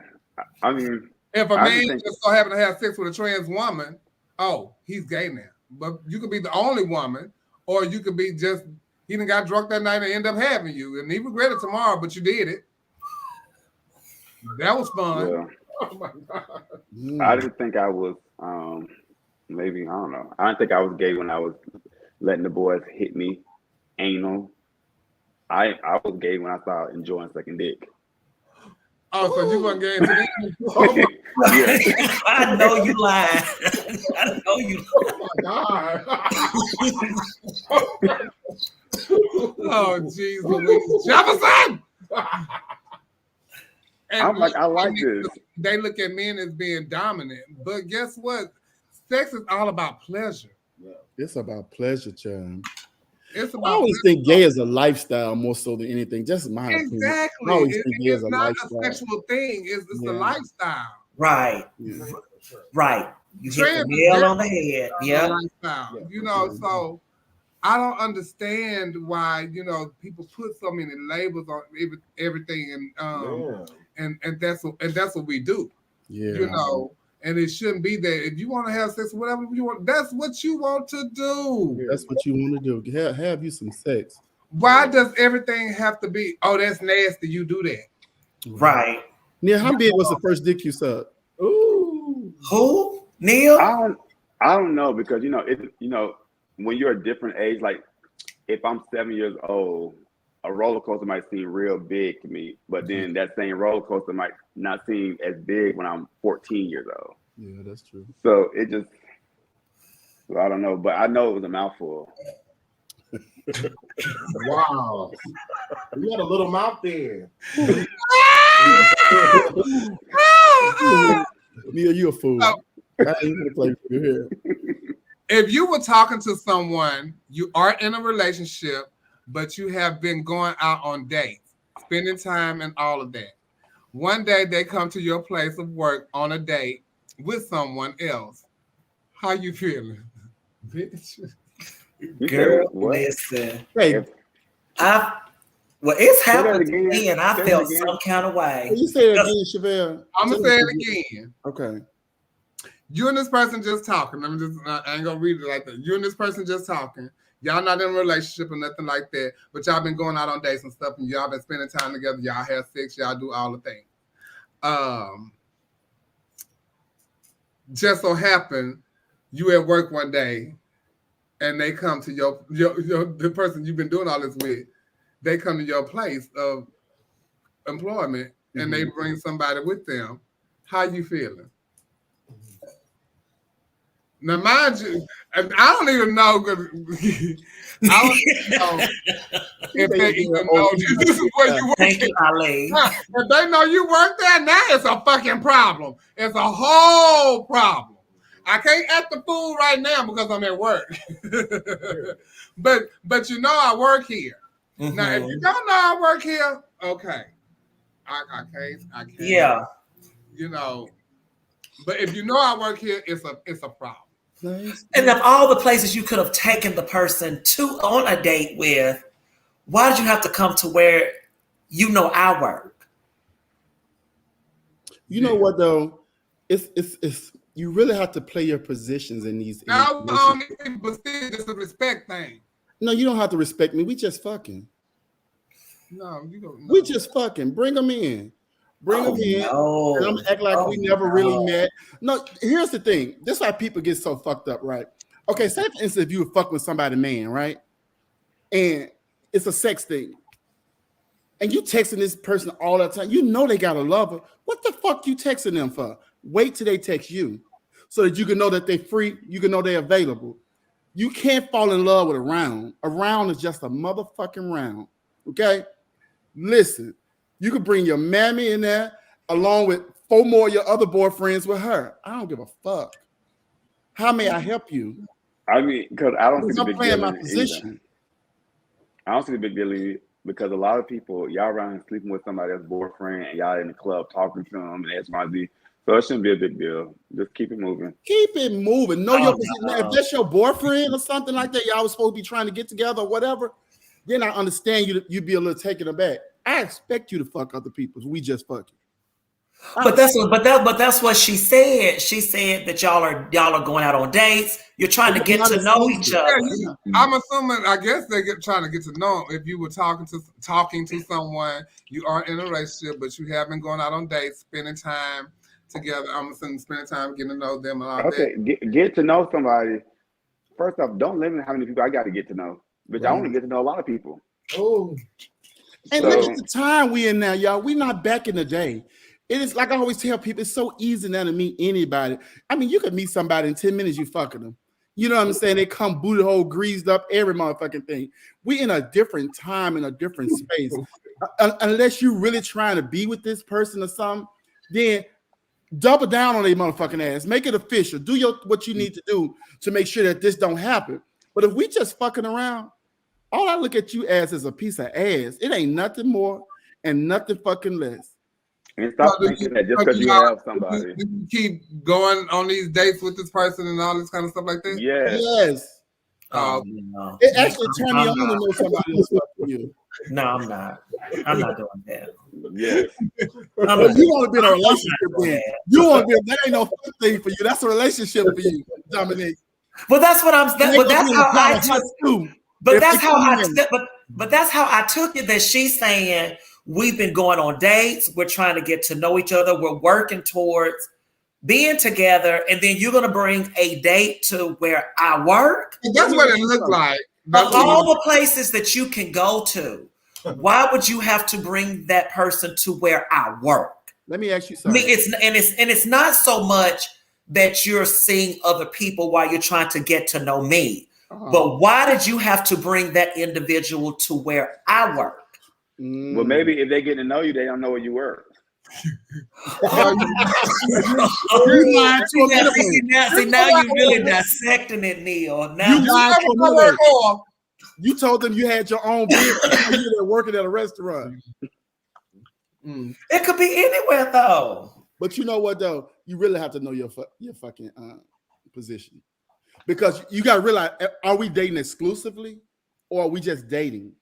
Because if we just dating, it is what it is. Dating exclusively is a relationship. Call me when you get done with him. Dating exclusive is a relationship. Dating exclusive is a relationship to me. Like if we just dating, bitch, I'm dating 2, 3, 4 people. Yeah. Yes, Nikki. What Nikki say? Nikki said it's called respect.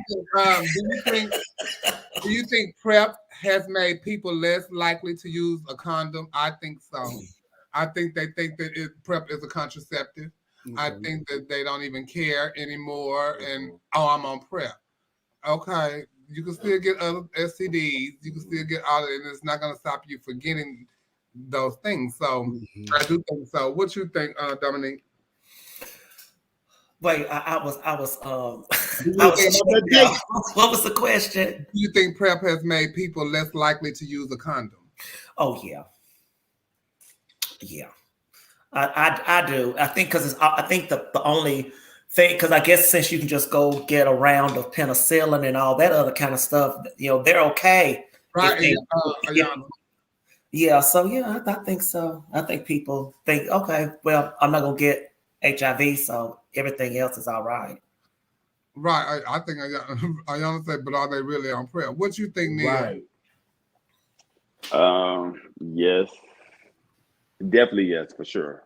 I mean, yes, I think it's less everything. I don't even know what a condom look like anymore. What? He fills me up.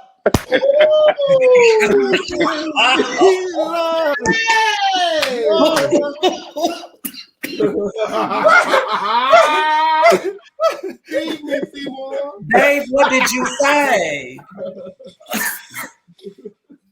Oh, you got down, stupid trick. But you on one tonight, baby. You are on one tonight. Let me tell y'all something. Let me tell you something. Got that trick say he fills me up. Hey, damn. He gives me all his love. More love than I ever need. I don't want your love, baby.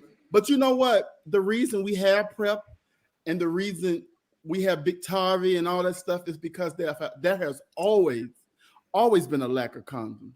It ain't just because of PrEP or whatever. Motherfuckers will tell you, man, I'm on PrEP. We're going on PrEP then, motherfucker. You know what I'm saying? But I just think that people ain't nothing like the real thing. Tammy Terrell and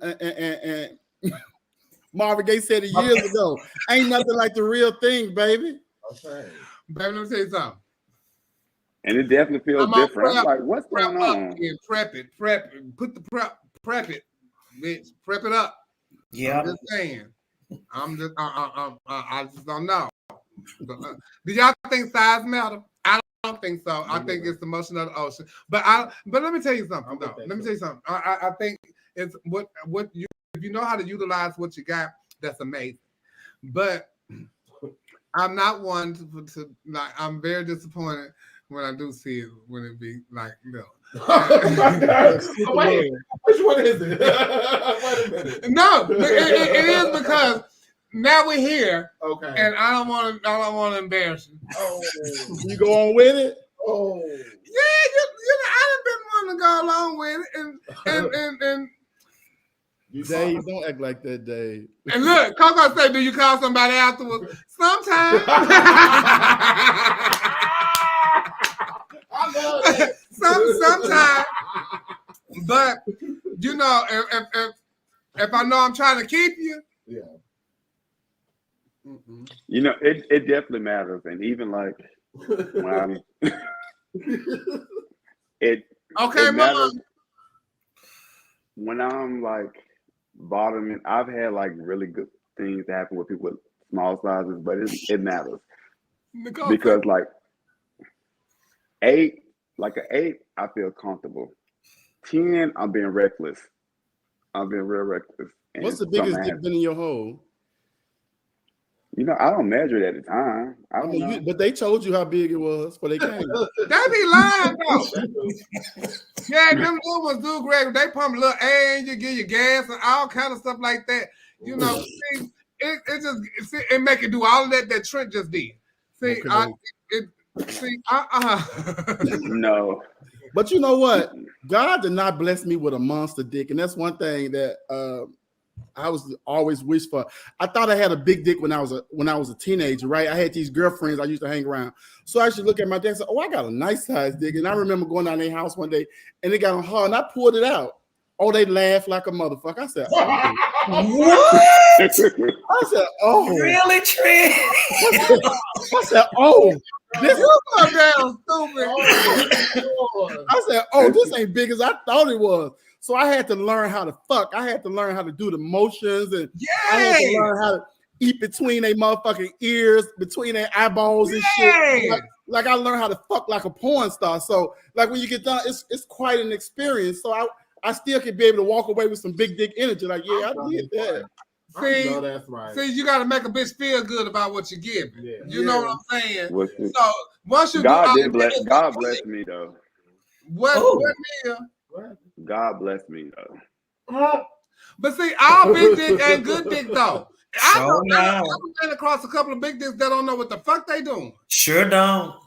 And don't get hard. And don't get hard. No, stay hard. But guess what? I got 11. Yeah, bitch, you got 11.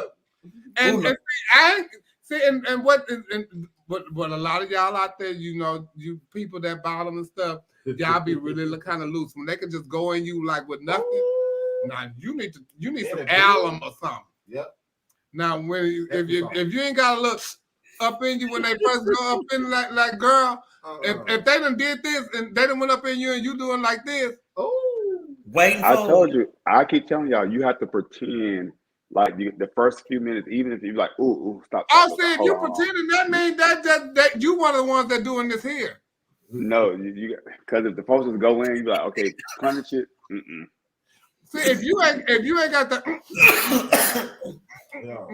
I told you, I need. You know how you gotta warm up. You know how you gotta warm up a car for like an old car for like 5-10 minutes. That's me. You gotta warm me up. But child, but some people they can't have nothing else but a real big old donkey one. Yeah. I know a few people. And you gotta know what positions you can put people in too, because you gotta know the size of your dick. You can't be just doing everything. It's gonna keep coming out. Hold on, let me tell you this. You got to make the best of these positions too. Don't fool your fucking self. That keep coming out. You want to do that position? Now you know you can't do that. I know, motherfucker. Now you know you can't do that. You know it keeps slipping. Now stop that. Okay. What's your favorite position, Trent? Because you a top. What position you like to put people in? But you know what? You know, he said that like 2 weeks ago. Listen, I like an experience, whatever the experience. Yeah, he never like said that. But for real though, I don't know. I just like to have good sex. I don't give a fuck what the position is. I just like to have good sex. I do. But I'd rather hit a bitch from the back. It's so easy to just run up in their ass. But Lord, I hope my clients don't see this. But you don't like to do it from the side and one like that. You pull one leg up. See, that's what I'm talking about. You got to know your dick size. That's what I'm talking about right there, Dominique. Ain't no use of me scooting behind them. They gonna put the wrong stroke nobody. That's what the bullshit can't do. That's okay. But wait, you gotta get you like a pillow or something. You know, and everybody like to use like the regular pillows and stuff. No, don't get them cushions. Them made for sleeping. Then you gotta stack them. You gotta get that. It's called a leveler or something like that. It's made at a slant. Get you one of them, and y'all can go in. What, from the side?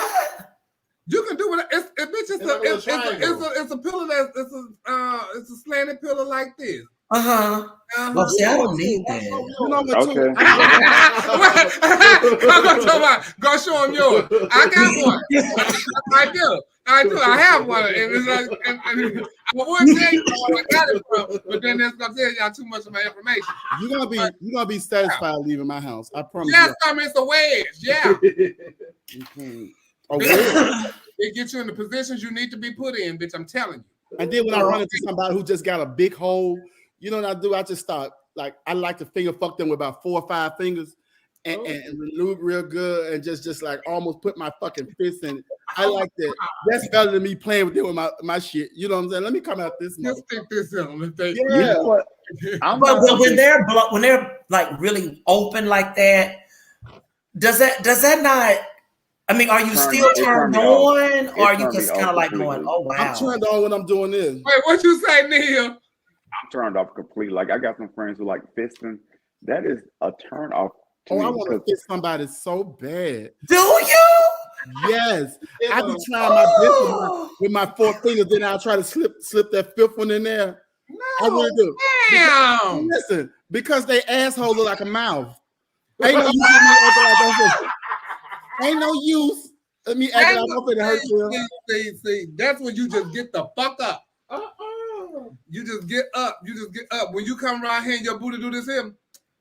Yeah, they got a smile to it. It's a smile on that motherfucker. Oh my God. No, ma'am, honey. Yes, Lord Seymour. That's Seymour like, puppet play. how do you sneeze or cough? Yeah. I was in a play with a guy that was into that. And do you know, and he was like 20 something years old. He has to wear adult diapers because he can't control his bowels. Oh, bitch can't sneeze, can't cough, can't even chew hard. Child. Bitch, let alone bet not think about something really bad. If you think, bitch, it's a wrap. So he can't control his bowels, so he just shit on people. Oh my God. Well, because I guess I've never talked to somebody about it. I've known some people that like that type of stuff. Because my thing is, once you've accommodated somebody's arm, right? Do you even, does a real penis ever do anything for you anyway? Why would you want to put your hand up there? What is you going up there to get? But girl, they be up to the elbow and stuff. What is up there? They be clean. They be clean. You know they use numbing. I don't give a damn, bitch. You gonna go up there and grab something you ain't got no business. That's why I'm not, water hose. They just with a water hose. That's why I'm not into it. That's why I'm not into it at all. Because if you put your whole fist up there, then I ain't gonna do nothing for you. No, that's why you got to keep on with your fist until they. I done already had diverticulitis and had to have a colostomy bag, all that kind of stuff. Ain't nobody trying to do that. Ain't nobody trying to do that. Now that's just enough. Now I want to play with their inner nutsacks. Huh? You want to know what? I want to play with their inner nutsack. They're in.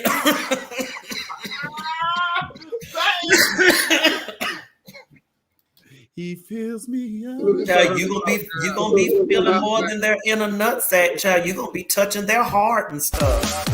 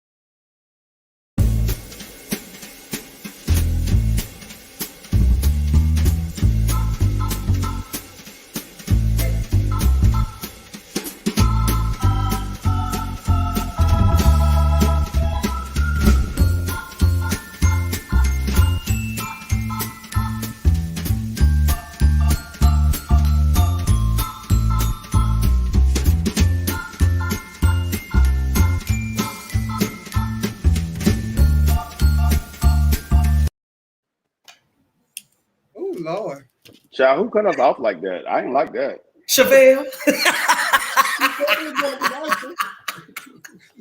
Chevelle said, "Go to a commercial." I'm not Oh my God, y'all are so funny. Yeah, look, laughter is good for the soul. Yes, it is. And that ended on a good note, honey. And I had to go get my pipe because I didn't have no more cigarette.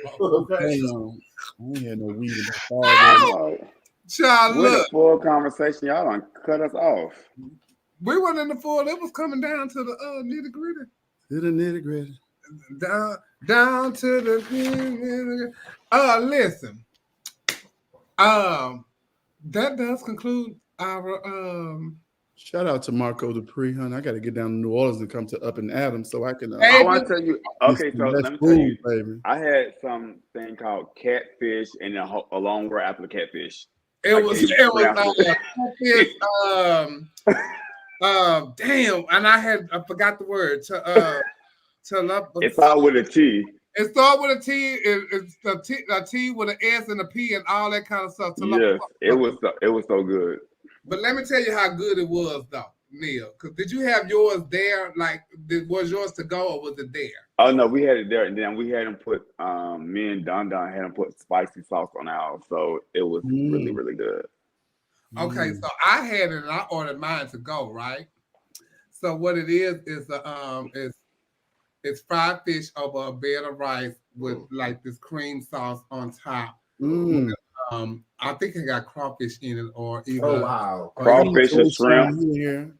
So it's absolutely, it's like over a bed of dirty rice. And so when they gave it to me, it's in the container. So the rice is here. It's like 4 big pieces of fish, and then it's a container of stuff. So I'm biting off the fish, and I only eat so much. So I wanted to taste it hot, and the fish was so crispy and good and seasoned so well. I want to. This is one of the things that I've seen on like when people like send their reviews to Up and Adam. This is one of the place that I've seen a lot of people get.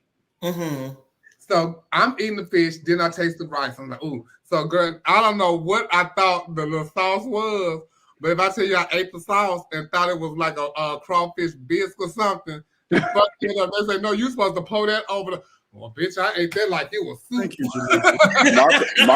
Marco's putting his word there like we're gonna be able to pronounce that. I can't pronounce that word. Chapachula. But Ray Sean put it in here too. Yeah, so let me tell you, also Marco's. The tea is not. After the pageant Saturday night, we went over to the Airbnb, and he came over there and cooked breakfast. And when I tell you, it was so good. I'm gonna try my best to get that. He cooked bacon, sausage, all different kinds of sausage. Well, I tell you, it was like the thick bacon too. It was the good bacon. It was really good. I mean, pork chops, good. Pork chops, grilled pork chops, hash browns, everything. It was delicious. Sausages. It was really good. Oh, I can't wait to try. The seafood deviled eggs at Up and Adam. It's absolutely delicious. How do you make that? I don't know how you. The fried, they got them regular, they got them fried. So if you ever in New Orleans, please you owe it to yourself to go to Up and Adam and check out their food. It's so good. And we did a brunch the day after the pageant that was sold out. People was outside even waiting to try to get in. And it was packed. It was nice. It was very good. So hopefully they'll try to start doing those brunches once a month. And was this Up and Adam too? Yes. Okay, great. But, so we'll try to do something over there. And if they do, of course, the Queen will be in the building. Queen. Why not? It's 5 hours down the street. I'm gonna get in my car and go. And I get to eat that fried fish and stuff too. John, please. But you know, I'm not gonna eat that the next time I go to New Orleans. I mean, I'm gonna eat that because guess what? I'm gonna be there on the days whenever I got to go back later. And I'm about to try something else next time because I did that. I've ate that like twice, so now I need to try something else. Oh, they say the lamb chops is good too. Naisha said Marco left his whole foot in that food. Baby, if I tell you, he cooked down, like period, the whole time. Like I went over there after the pageant and stuff. Every time I went over there, Charlie was cooking, and because it It was everything. Wow. But I want to have preliminaries to King and Queen. So if you're interested in having a preliminary, you know someone that want to have a preliminary to King and Queen, please hit me up, Ray Sean or King Milan, Coco Van Cartier, Alexis Gabrielle Sherrington. Hit one of us up and let us know if you're interested in having a preliminary to King and Queen. And we don't have to have a pageant this year. We can do appointments this year, but you have to have me and Al there at the appointment. Not King Milan. Yes, King Milan. Okay, just get rid of the Al and Dupree. I like King Milan. I like King Milan too. Yeah. I like King Milan. Yeah. I love King Milan. Yeah, they have a name. Al is mine. I just love Al. Al haven't aged a day neither. No, it does not look like he has. Me and Al travels together. We do a lot together. I love my Al. Oh no, you said it. I remember the first time I saw him, it was when Janet Jackson had dropped the 20YO album, and she was were they at the Jungle then, the Stars of the Century? Yeah. I think, and it was him. I think Serapis was still alive then. And it was some other boy. They came out there with their robes on. Oh, I remember that number. Yeah. Baby, they opened up the robes. They had towels wrapped around. I said, oh, they all greased up. Did you go home and get paid thinking about them? Oh, honey. I remember that girl. Yes. That was one of my favorites. It was Al's number, and it was amazing. They were so sexy. It was Serapis, my nephew Serapis, and Jermaine. I call him the gay blade, but it's not devious. It's not stage name, but another dancer. But it was so good. Why I can't see Neil and Trent though? I don't know. We can see you. Yeah, they can see you. I can see you now. Oh, okay. I can see you and this new dude and a new color. Sure, I can see y'all. But can you shake that wig in the front? Can you shake that wig in the front? I'm kind of now they talking about how you swiping your bangs, so yeah, you can't see. Oh, because I hate stuff in my eyes. They keep talking about how you swiping it. Oh, I hate stuff. I hate bangs, but I like the look. So that's why I keep doing it. And I hate stuff. I hate stuff in my eyes and stuff like that. So that's why I keep. It is human. Oh, it look nice. Oh, what you mean? Shout out to Andre. Who did my hair? My hair is human. I like that color. Yeah, my mama gave me a gift the other day when I got home from winning the Queen the other day. That's Shout out to Queen my of mama. Philippines. She told me she told me to hang it up.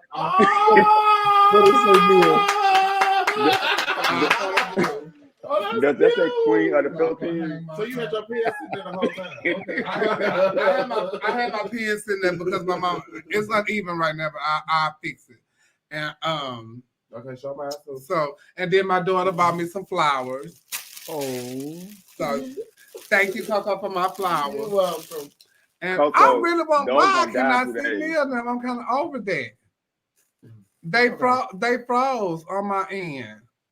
Yeah, but it looks great and you sound good. No, but I want to see them. We can see you. Because I'm trying to end the show.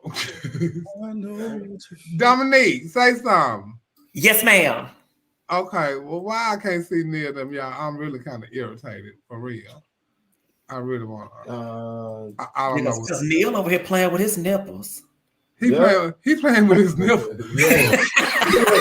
He's like Jerry beads. I want my Jerry buddy. If y'all want to advertise with us at our point of view, we're gonna do the other commercial, and then we'll come back, and then so maybe that'll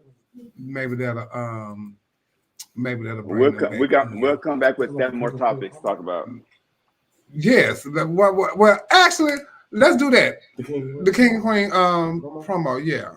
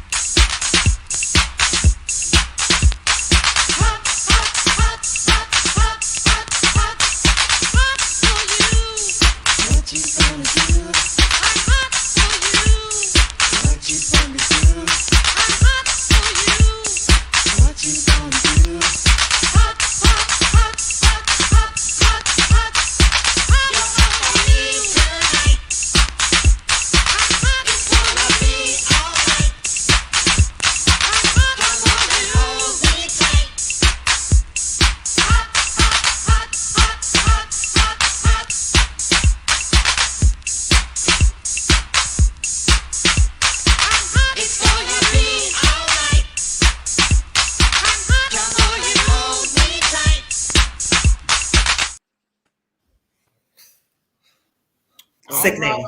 And that was the video from D West. So if you want to purchase a King and Queen video, please see D West. I guess I don't know what happened with Neil. I cannot take You still can't see them? They're there. No, child. Like, can you see them now? No, they froze on my end.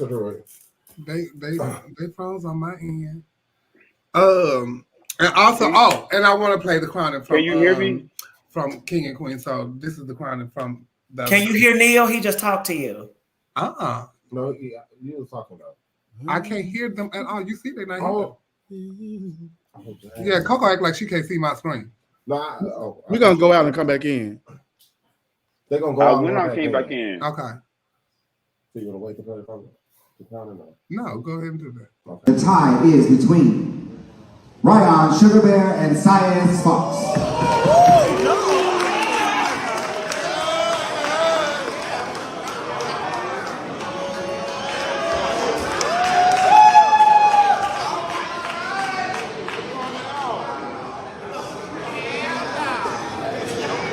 Our first alternate for King is Monty St. James.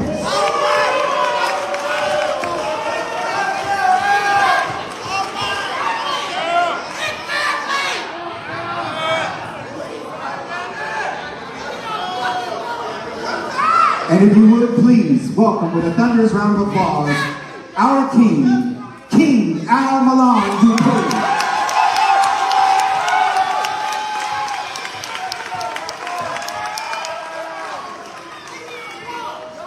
Our second alternate for Queen this evening is Lady Q-Tip D. Chanel. Come on, Wifey! Come on, Chanel! Come on, Chanel! Come on, Wifey! Our first runner-up for Queen is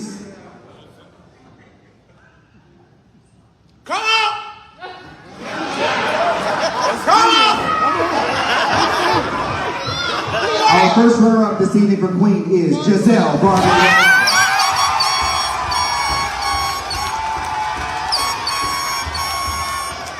Please give a wonderful round of applause to Queen Chanel Brooks.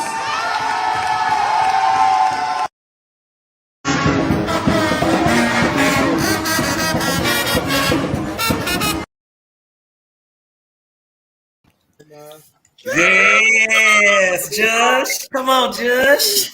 Okay, child. Yes, God, hey.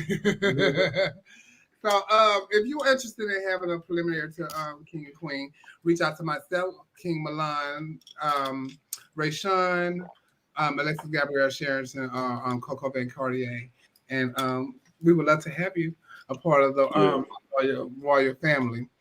Also, I want to advertise. What you say, Neil? I say we kept it cute real nice because talking about pageantry, we talk about the good, the bad, the ugly. We ain't talk about the bad and the ugly with the contestants, but we'll get to that another week. It was very ugly, Neil. It was very beautiful tonight. What happened? Oh, it Neil, everybody.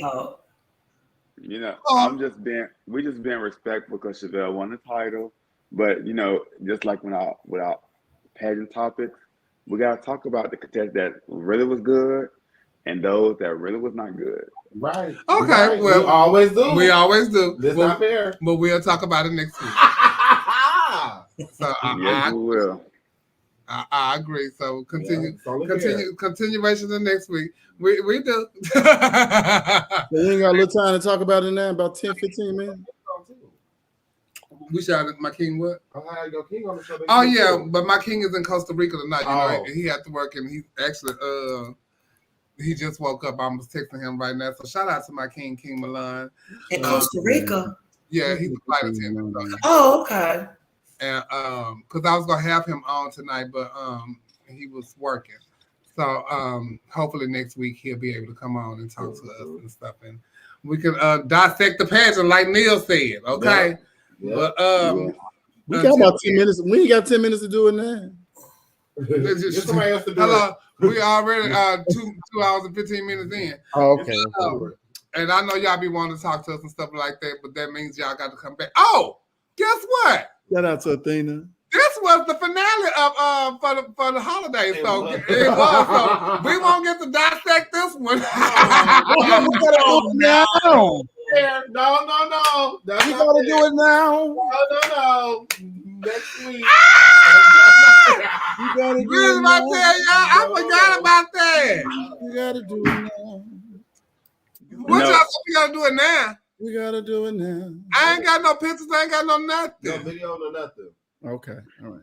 Next week. But if y'all want to, we can. I can go to commercial. I gotta go pee right quick, but we can go to commercial and we can do it. I don't care. I mean, because we got a little break, you know. We do got a little break, and we're not coming back to this our last show. We're not doing it next week. No, it's the holidays. We're going on sabbatical. It's the holiday. Okay. Yeah, it's That's cool because I leave work on Friday, so I'm cool. I know, but guess what? It's the holidays, and we come back January 4th. See, we got people saying yes, do it. We come back January 1st. Okay, so we now y'all. Yeah, let's take a little break. Okay, well we're gonna take a commercial break and we'll be right back.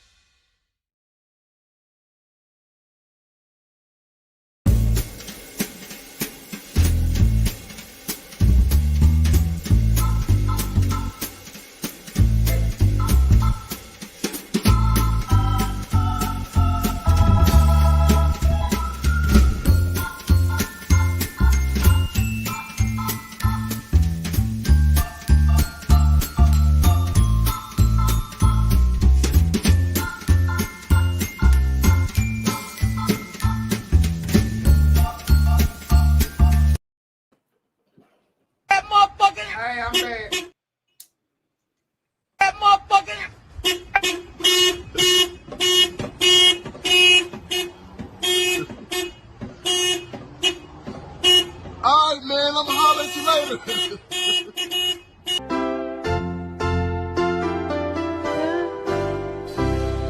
Sing the one,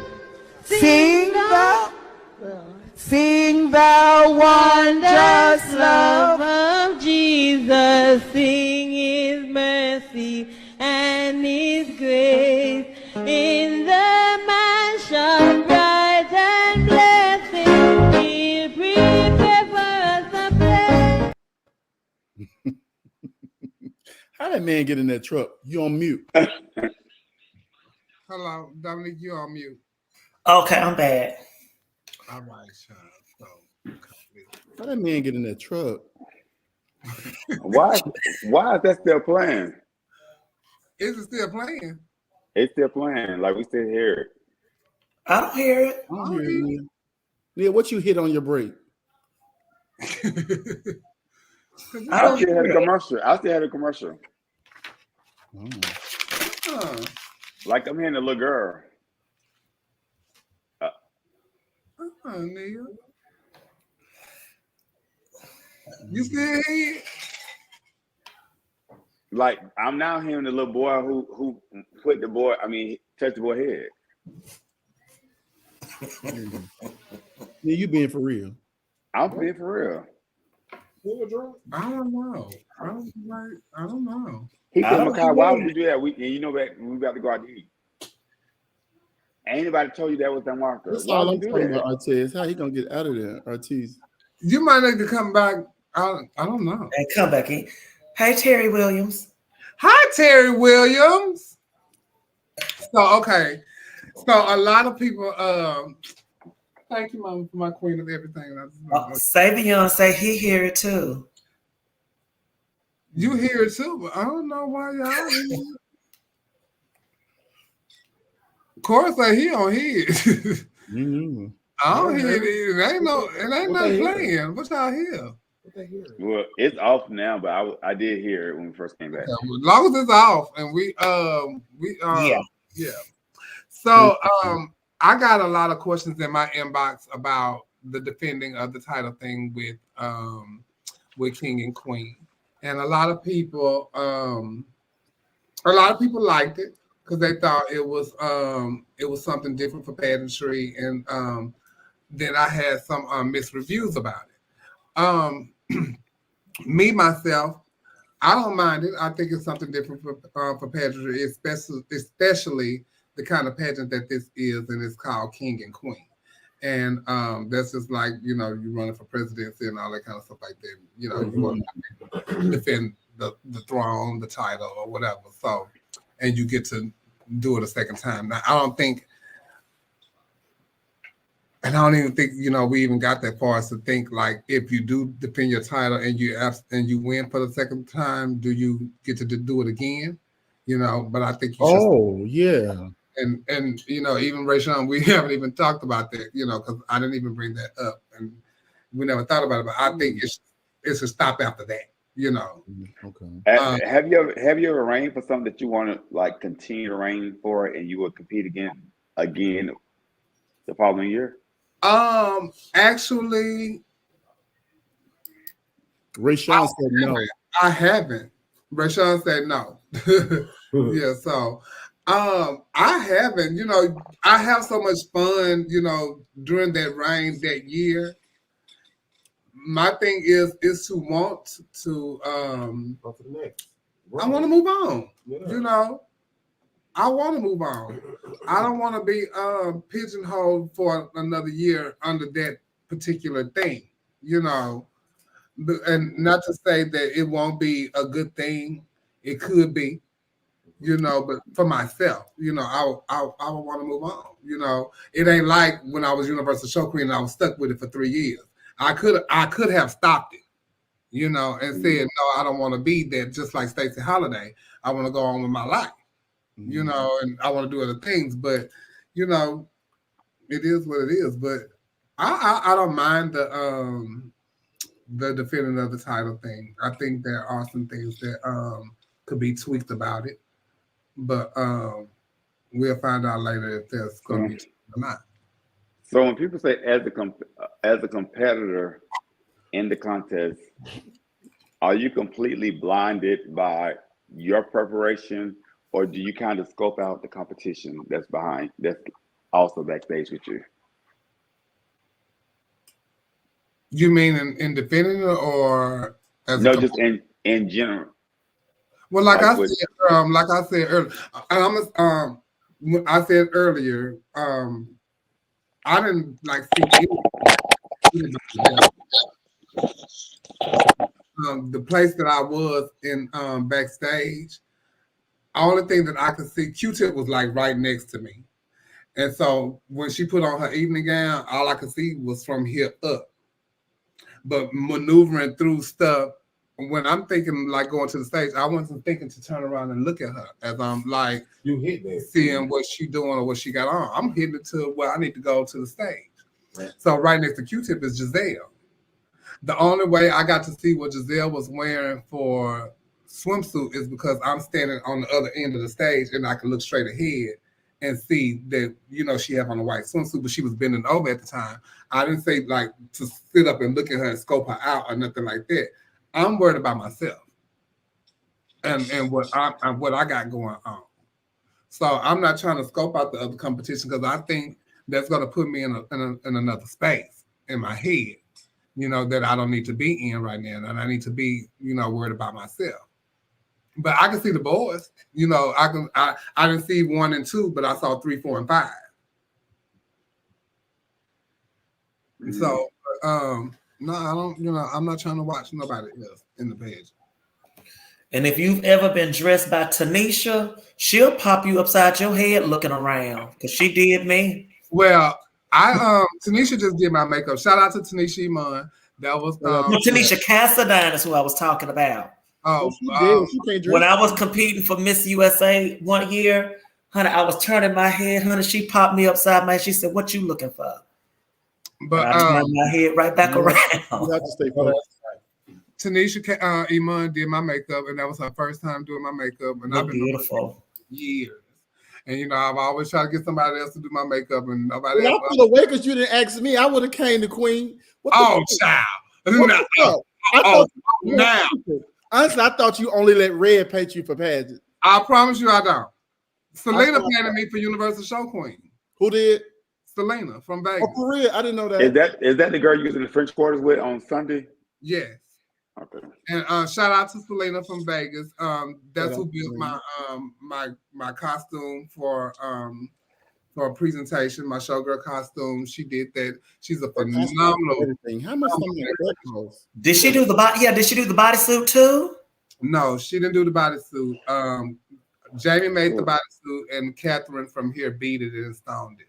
But she made the headpiece, and she made the. So what do you feel was your strongest category and your weakest category?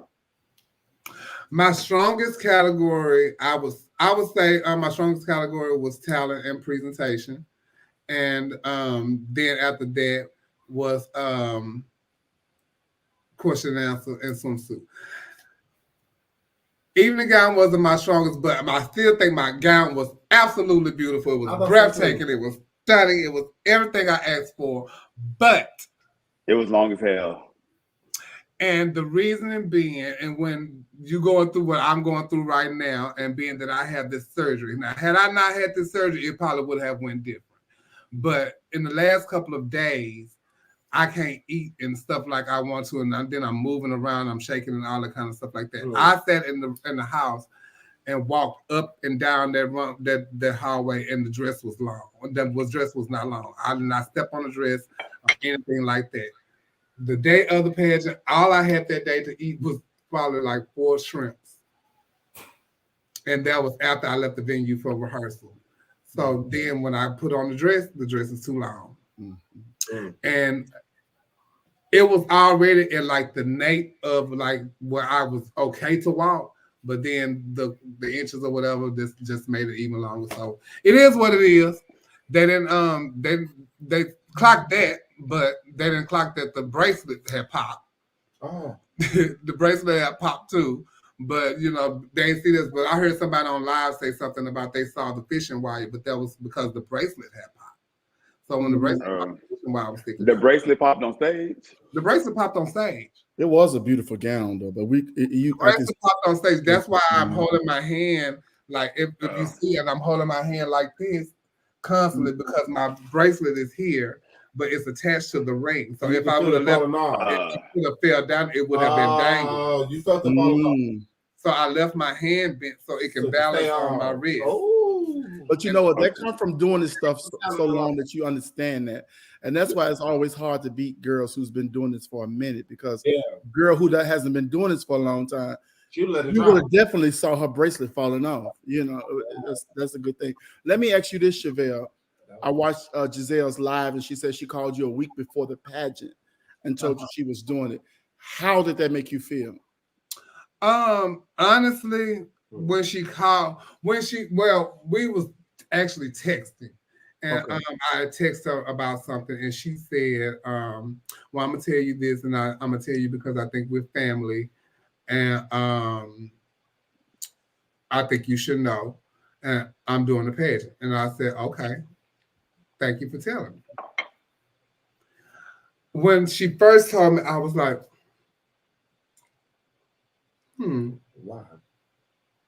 why? Why would you do that? You know, why would you even consider doing the pageant? You know, and then then I was hearing things like the reasoning why she was doing it, but then I thought about it. I was like, okay, well, she doing the pageant. It is what it is. Friendly competition. So I ain't think about it no more. Okay. It is what it is, and if that's what you chose to do, then that's what you chose to do. But I was confident enough in what I was bringing to the pageant. I felt, regardless of what it was, I was going to win regardless, because I was that confident. And usually, like, and I put it on myself. I put the pressure on myself because I wasn't nervous, and I get nervous I get nervous for shows. If something not going right, I get nervous all the time. That means you love what you do. That means you still love I have a passion for what I do, and I want everything to be good. But I was good. Yeah, I get nervous before I paint anybody. It don't matter who it is. I get nervous. I went there wanting, well, both the people I wanted to win won. When I found out Giselle was doing it, I was like, I wanted to call you and tell you. I felt like. She told me, I didn't tell people because I feel like she told me that out of confidence. She said we're not supposed to tell nobody, but I feel like you should know. We're not supposed to announce it then, but I feel like you should know. So I wanted to tell like you. I wanted to tell people. I knew y'all knew, and then didn't tell me, and then made me feel. That's what made me feel some type of way, because I knew that it had to be somebody out there that she has told. Besides me, that was friends of mine that didn't tell me, and they knew that I've been getting ready for the pageant. I think that she probably did it because of it. Probably wasn't a lot of contestants. I think it had been more contestants. I don't think she would have did it, but I think she did it to make sure it was still a nice contest and people were still going to like enjoy the night. I don't believe that. I believe she did it because it's a great amount of prize package at stake. Exactly. It's a big prize package. I don't think she did the pageant to lose. I think she did the pageant to definitely win. I think she did it to win, and I think she did it because regardless if she win or lose, she would still come out on top. Mm-hmm. Well, I think money going to it, people speculated. It was all speculation because I hadn't talked to her to confirm it.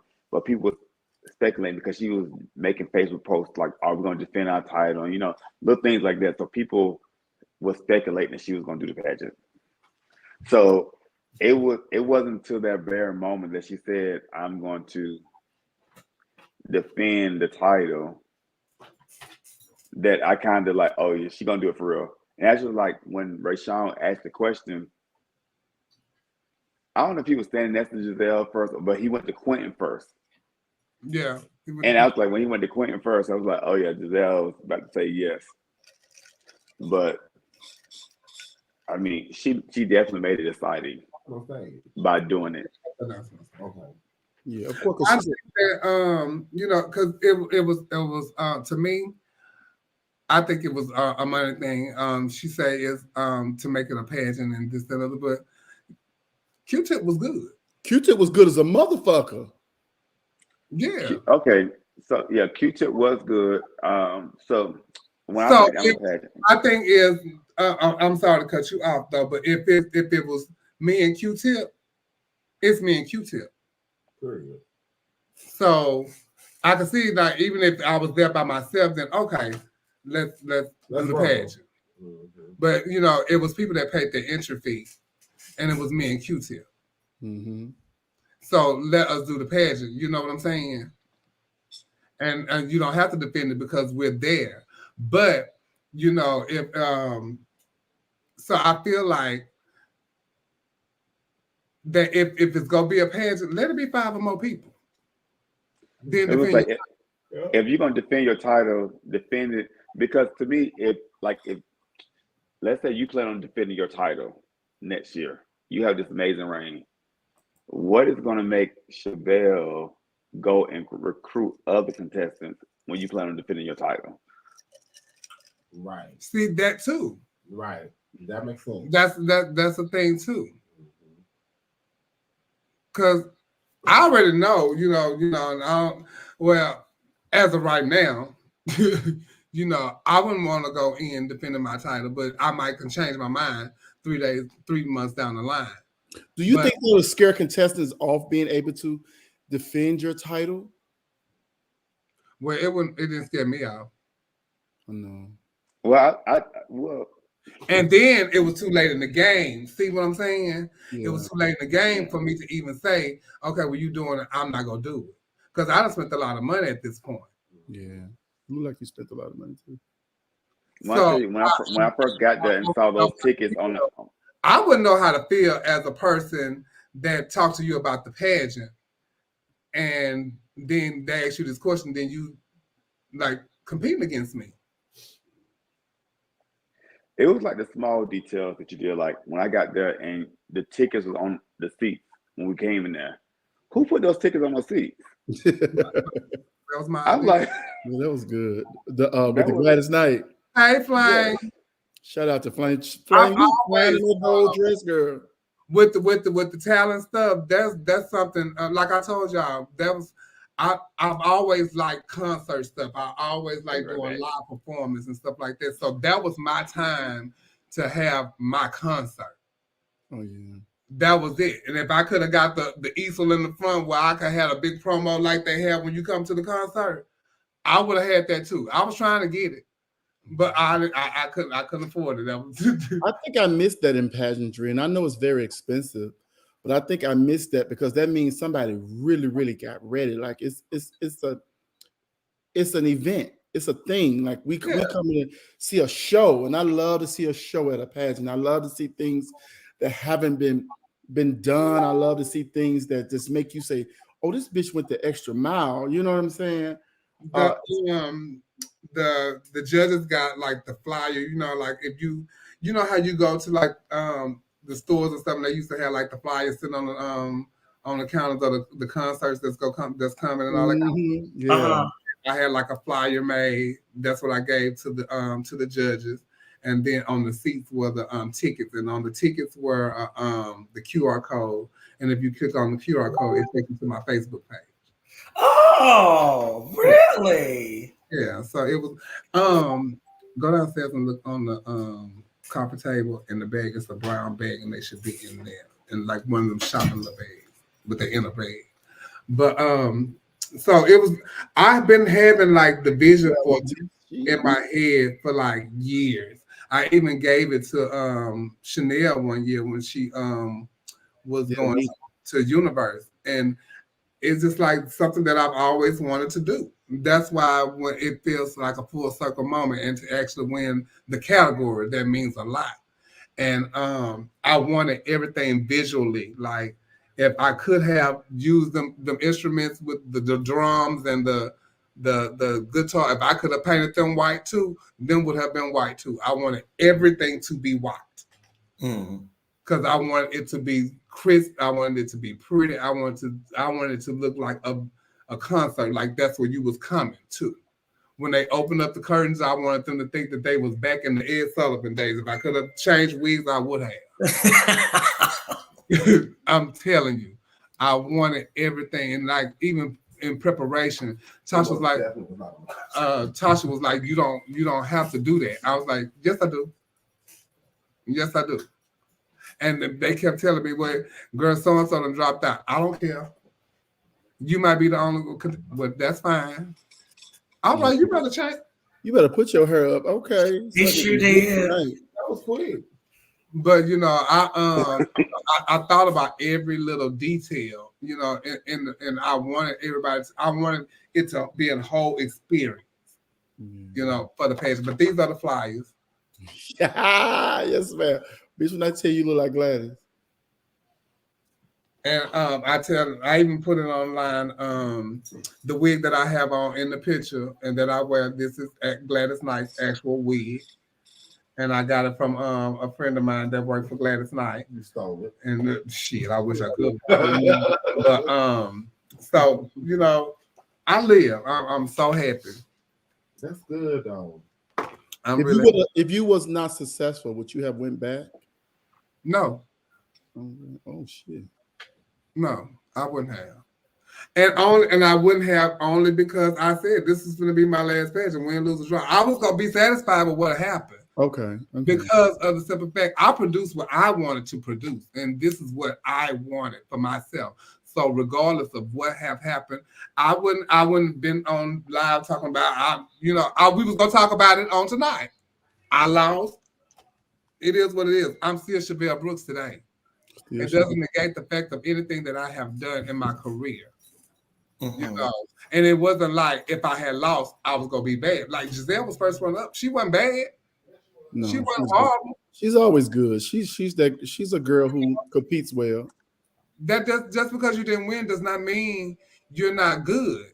Did you watch her live? But you know, I think sometimes fans make them think that if you don't win, that you was not good or you was not worthy of, and that's why I think fans sometimes get in the way of things, because it was a really good competition and everyone. This is like one of the first pages I went to where I agree with every category winner.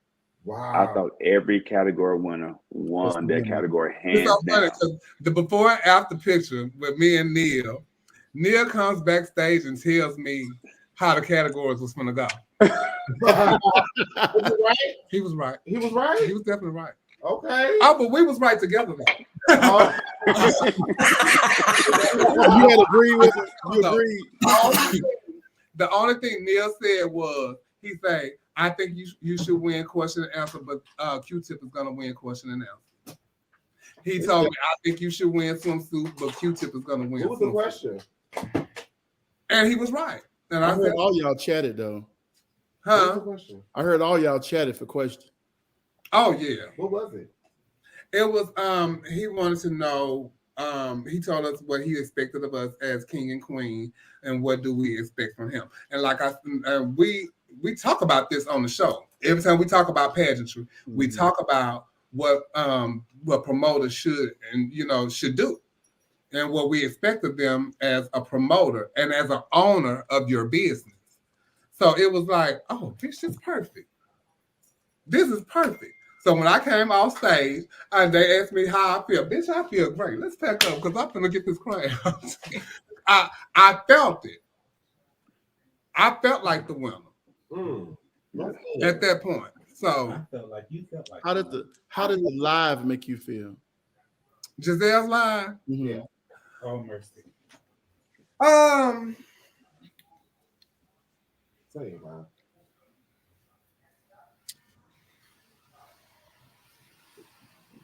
It ain't make me feel no type of way. I love that. It really didn't. It didn't make me feel I love that.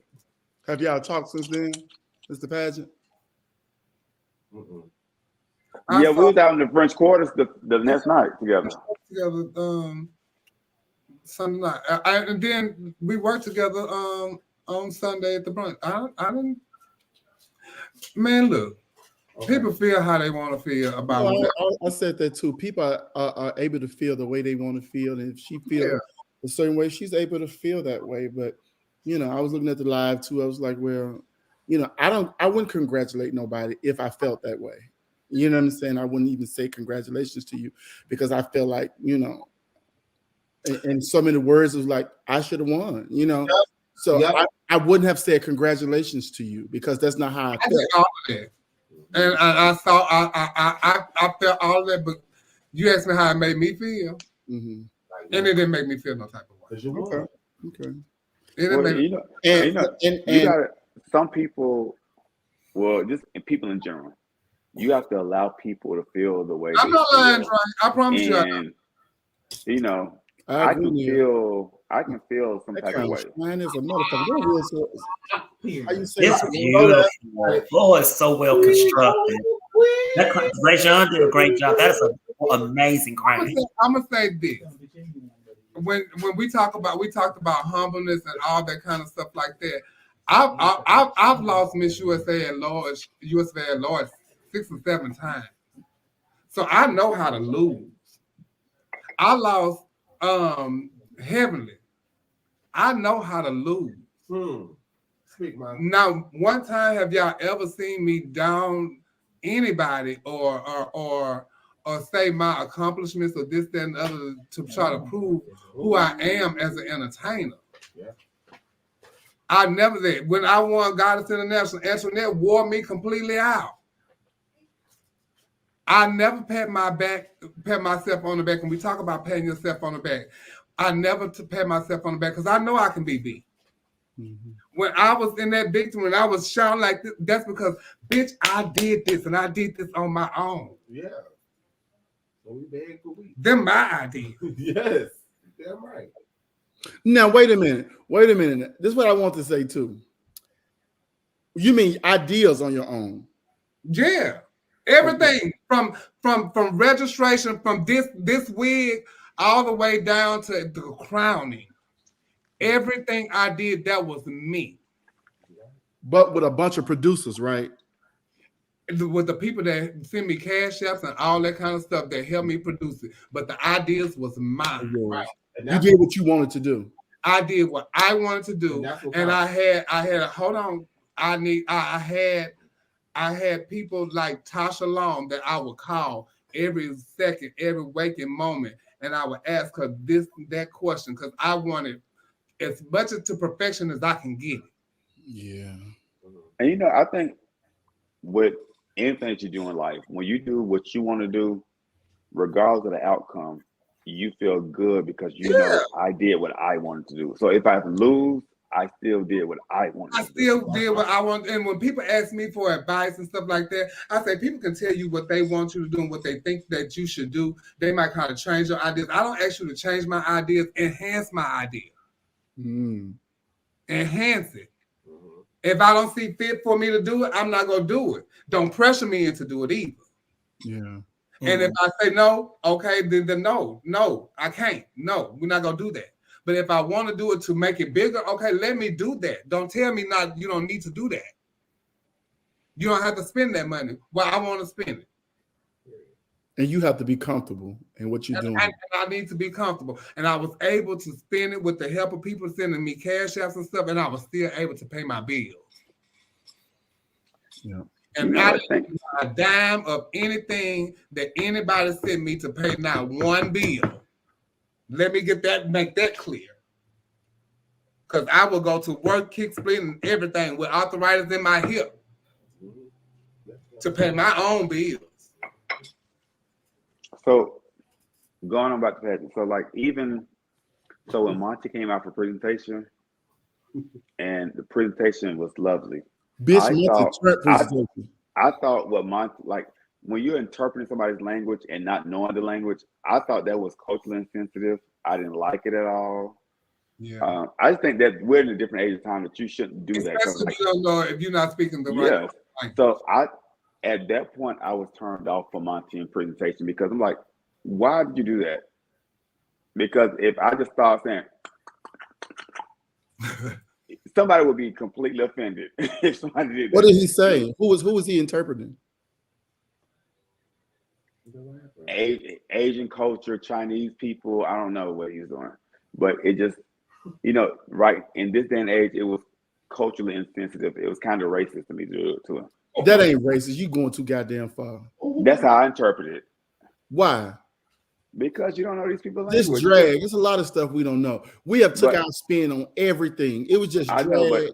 I know, but what you did 15 years ago, it's just a different time culture. It's culturally insensitive. Some things you can't do though. Yeah, you just can't. If somebody did that, if some white girl came out there and started speaking what we see as Ebonics or Black culture language, people would be insensitive. Let me tell you something. When I go get my nails done from the Asian people, they start talking in their own fucking language, and I can imagine them wearing our motherfucking ass out. And they their language. About a motherfucking language, though. It's their and language. It's their language. But they get to talk and say whatever they want to say, and we don't know what they're saying. We could be the subject. We could be anything. It makes me feel uncomfortable. So they don't give a fuck about that. They sit down. But see, that's a translator while they talking, and then you say, "Oh, okay, no, ma'am, cut that out. Now I don't want you talking. I'm gonna go." Idea. Oh yeah, put your translator on. That's what I'm gonna do next time. I'm gonna start going to my black. Why not? But I see what you're saying, Neil, and I get it because they will make everything out of something. So but. But the categories, it was all over the place to me. It was up and down, up and down. So I had fun in the past, though. I really did. What do you feel like Monty went wrong at, Neil? Monty was okay. He was just, I just think what Al like really did well in those closed categories. And then for sportswear. Yes. And then in Formula when Flame was like something about a fact by Al, he shot, and then Al turned around and did the crowd like this and did his little neck. They went up, honey. Yes. The glasses, the shoes, everything. That sportswear was sick. I saw that. Yeah. And I didn't see Sugar Bear's talent, but I saw Sugar Bear rehearse at rehearsal. And I know how Sugar Bear is, and baby, I can just imagine that it all that night how Sugar Bear was talent was. He's a dancing fool. I love to see Sugar Bear in talents and stuff. Sugar Bear talent was really, really good, but Sugar Bear he was playing catch up from presentation. So that presentation was at the bottom. So he was playing catch up, and it was good for him to catch up all the way to second round out. It wasn't all the way. It wasn't like it was 10 boys. For the next 5 years, probably saw Victoria. Yeah. and I'm letting y'all know right now. So if you hear I'm coming to a pageant, just also know that either I done took my dress in, but this whole package that I just had is going right back to somewhere else. Because, baby, I spent too much money to wear this dress one time. So guess what? I don't know what I'm going to have to do. Terry Williams. Yes, it matters, because what the fuck are they saying? They speak great English too. So why do they have to go back to their native language to stand on my motherfucking cuticles and say,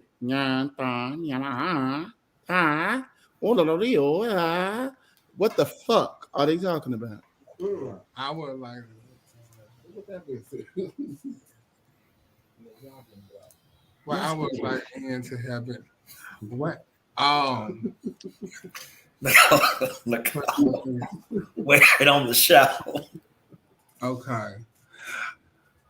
Baxter don't like the presentation. But I see what Baxter's saying. So y'all can say what y'all want. Sometimes it's stuff, but the thing is, people can't also be overly sensitive about something that you put out on the public platform.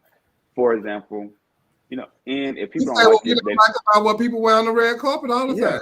But people criticize us because of the platform that we on. I don't take it sensitive. I mean, I don't take it personal. I'm not sensitive about it because, bitch, y'all don't really know me. Yeah. Y'all just see us on this platform. Yeah. So if somebody says, I don't like what you did in this category, they're not personally attacking you. They're talking about what you presented on stage in public. Yeah. And like it was a lot. It's a lot, Dre. Oh, you talking about how much was the prize package? How much you win? You win $3,000 that night. You get $300 a month, starting in January. So, well, basically, I was starting in December because we did the brunch and we got paid for it. So, you get $300 a month for 10 months, and then you get photo shoot, a destination photo shoot, and whatever else comes with the prize or whatever. Wow. Come on, Queen. A beautiful crown. So, but there will be other things in the works for King and Queen. Hopefully, we can get them in the works this year.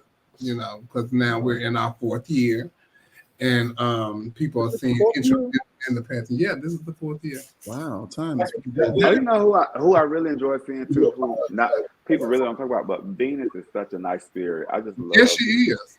Yeah, Venus sweet. Venus Knight is our first queen. She's a former, right? Yeah, she's she's the first queen. Venus Knight, Alexis Gabrielle Sheraton, Giselle Barbie Royale, and myself. I hope that people start coming to compete, because for years people have been asking for bigger prize packages and like stipends every month and stuff like that. My question his pageant checks all of those boxes. I don't know if people are scared because they do give away so much money that they scared that a big name gonna come. But y'all got to take y'all chances. Hey, listen, let me tell you. I'm sorry to cut you off, Trent, but I pay what I pay for my gown and my the feathers on my talent costume was the prize package, but I wanted to be queen. Right. So he So, checked all the boxes. The thing is, different people run for pageants based on different expectations. Yeah. Because you have a pageant. Me and Don and Pam was surprised. It was a pageant in North Carolina or something that was giving away $300. They had like 11 girls. Here, Nicole said, "See you next year." So people run for different things based on different expectations. But like I told him in question and answer, Rashawn has been there before. He know what it's like to be a king. He know what it's like to how you want to be treated. And Giselle stated herself. Quentin stated themselves. Even at registration, they stated like this is the best that they have ever been treated as a as a title holder. That's huge. I've been treated greatly because of how I am as a person. Mm-hmm. By all of my my people that I have worked for. Okay. So I don't expect nothing less from him because I'm going to give him the same thing that I gave them. I'm gonna give them my all. I'm giving them my work. I don't expect, if I'm not doing nothing for them to treat me as such. But I'm gonna do my job because that's what I am. It's a job. It's a job for a year. And not only is he looking at me, but y'all out there looking too. Yeah. Y'all out there judging too. Athena, you on here? I want to see you there next year too. Yeah, Athena, you was there. You been there. Athena was there this weekend. Yeah. A lot of the girls was there. April Chanel was there. Yeah, I would like to see her there. Shout out to April Chanel. Christian Valentino was there. Let me tell you, I had a really, really, really good time in New Orleans this weekend. Like just with the people. It was just really fun. It's still people asked me like earlier, like why would I say New Orleans is a sketchy city? Because I just watched First 48. I watched different shows.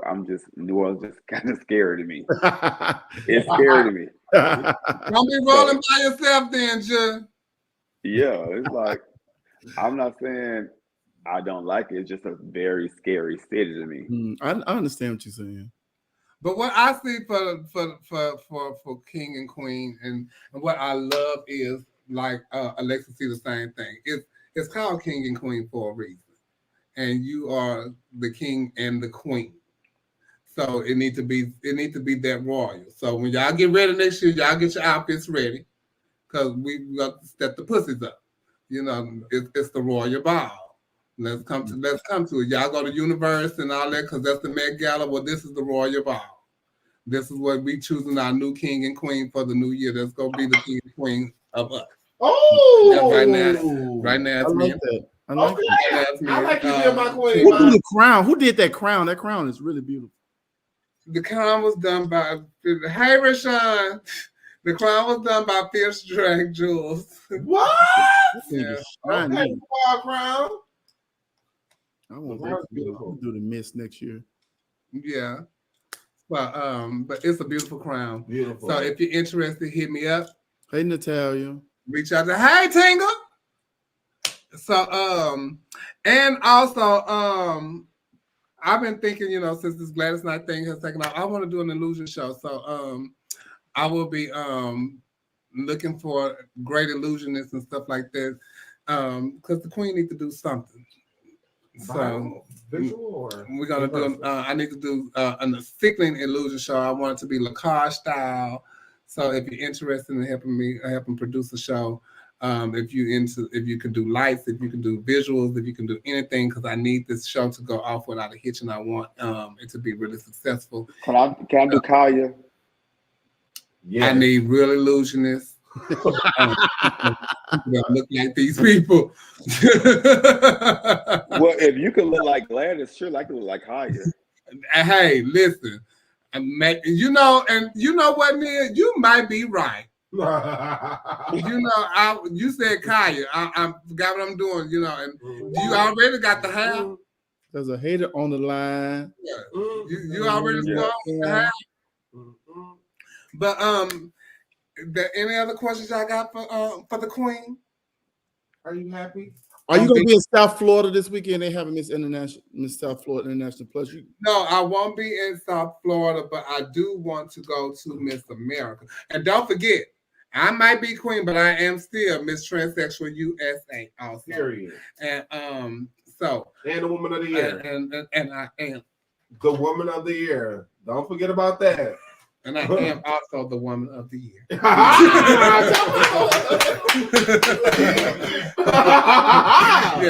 forget about this that. Has been an amazing year. I want to thank God.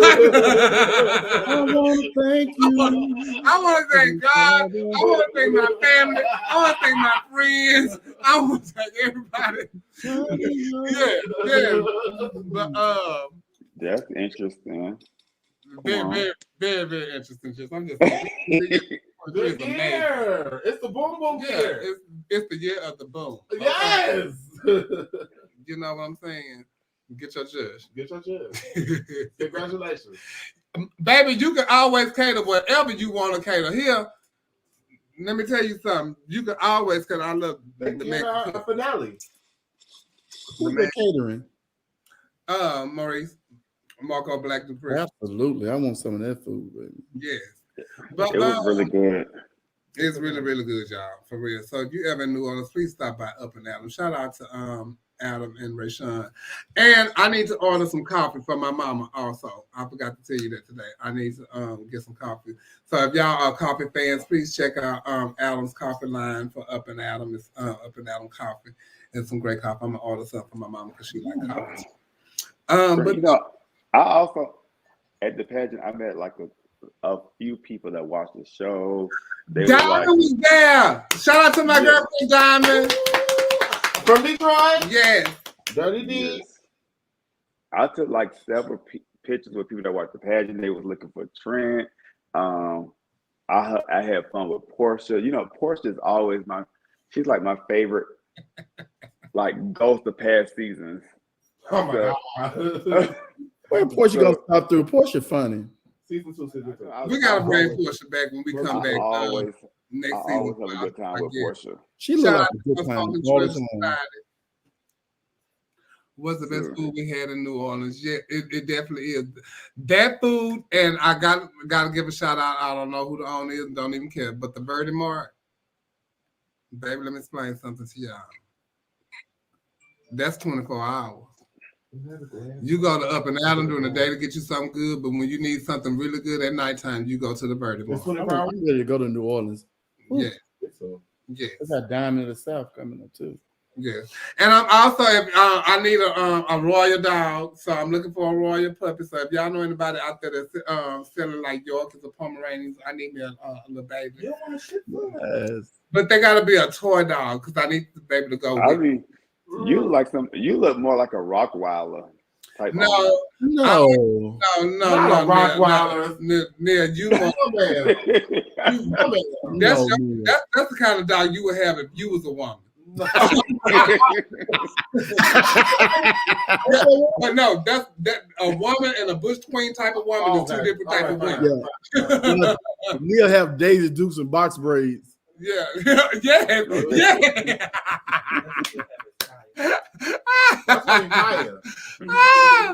Child, shit. Okay, now, child, and Natalia used to love because I used to have a Shih Tzu. His name was JD, and I named him after y'all know I'm a Janet Jackson fan, so I couldn't name him Janet, so I named him JD because she was dating Jermaine Dupri at the time. But my JD stood for just dog. Yeah, that's creative. So I know it. I like that. And that was Natalia's husband. Oh, did you ever get some? I don't know what they got. He stepped in the room with her. Natalia, is that the unspoken treasure you talking about? Probably so. Shout out to Jasmine Mouse. I met her at shout out to my sister Jasmine at the Monday night show last week. So shout out to her. Oh, Jasmine, she can really move to Atlanta. We gotta go. It is the end of the night, and guess what? The queen got to go. On the midnight train, the Georgia on the midnight train. We at the end of the road. You look great, Chevelle. I love the promo you put out. Thank you so much. And shout out to T.O. for putting the photos out at the very last minute. I really appreciate you, and thank you so much for your hard work and stuff. You really turned it out for me. He did that. Get a go. Once again, I am your queen. Congratulations, queen. Yeah. All hail the queen. All hail the queen. Oh, there go T.O. I didn't even know you was in here. T.O., please take one of my pictures and redo them. Thank you so much for tuning in to our point of view. If y'all want to subscribe here, we are here for your subscription needs. And, please hit me up with one of our people on the panel or whatever, and we'll definitely get it out to you. If you want to become a part of the King and Queen family, please hit me up. Myself, King Milan, Coco Van Cartier, Alexis Gabrielle Sherrington, Ray Sean Matrice, or Adam Ford, and we would definitely love to have you. Thank you so much, you guys, for tuning into our point of view. We will be off until what was it, January 4th. January 4th. This was our finale, and thank y'all so much for tuning in. Dominique, Trent, Neil, I love y'all. Thank y'all so much. Love you too, Jeff. My name too. Amazing time, and also you gonna give me time to say what the hell I got to say. They don't pat themselves on the back, but they'll push you to say something. Okay. God damn it. I love you, you the queen. And I can't do this every week without Coco. Y'all see how I'll be so discombobulated over here without her. So I really, really, really appreciate the time. We love you, Coco. I love y'all too. Her time to come here each and every Wednesday to spend time with her mama, because this is the only time we get to spend time with her. And I love it. I swear to God. But I love you. And shout out to Sasha Colby and my daughter, Mistress Isabel, for being on RuPaul's Drag Race season 15. And also, as always, the Mahogany Project, Unspoken Society, Treasure Society, Save Our Sisters, Divas and Dialogue, Abounding Prosperity. What's the one in Atlanta? Vision for Hope. Vision for Hope. A Vision for Hope. Shout out to Natalia. Shout out to Joe Biden. Shout out to Kamala Harris. Shout out to Warnock. Yeah. We just shouting out to those who voted. Shout out to Charlamagne Crowder. We got to shout him out. He's doing great things. But baby, we love y'all for free here. Thank y'all so much for tuning in to our point of view each and every week. And if y'all miss some shows, y'all can always go back to Chevelle Brooks 75 on YouTube and catch it. But we are gone to for the holidays, and we love y'all. We love y'all. Happy holidays. The queen is out. Bye, And queen. so it's our Hold the queen. Hey, wave Neil before I cut you off. Queen's a queen. Okay. Ooh, honey. I gotta go.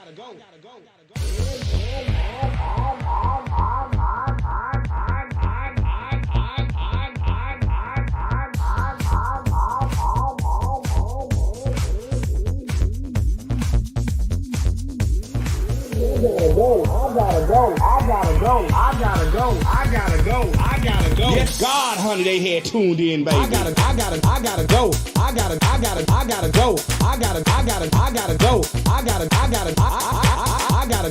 I gotta go. I gotta go. I gotta go. I gotta go. If I tell you the kids had came in and tuned in tonight, baby. Yes, they did, honey. I hope y'all got y'all juice, cause guess what, baby? I got mine. I can tell y'all one thing. Y'all better tune in next week, baby, for the next episode of the Boom Boom Show. I gotta go. Honey, I gotta go. Yes, God, honey, they had tuned in, baby. Baby. Ooh, honey. I gotta go. I gotta go. I gotta go. I gotta go. I gotta go. I gotta go. I gotta go. I gotta go. I gotta go. I gotta go. I gotta go. I gotta go. I gotta go. I gotta go. I gotta go. I gotta go. I gotta go. I gotta go.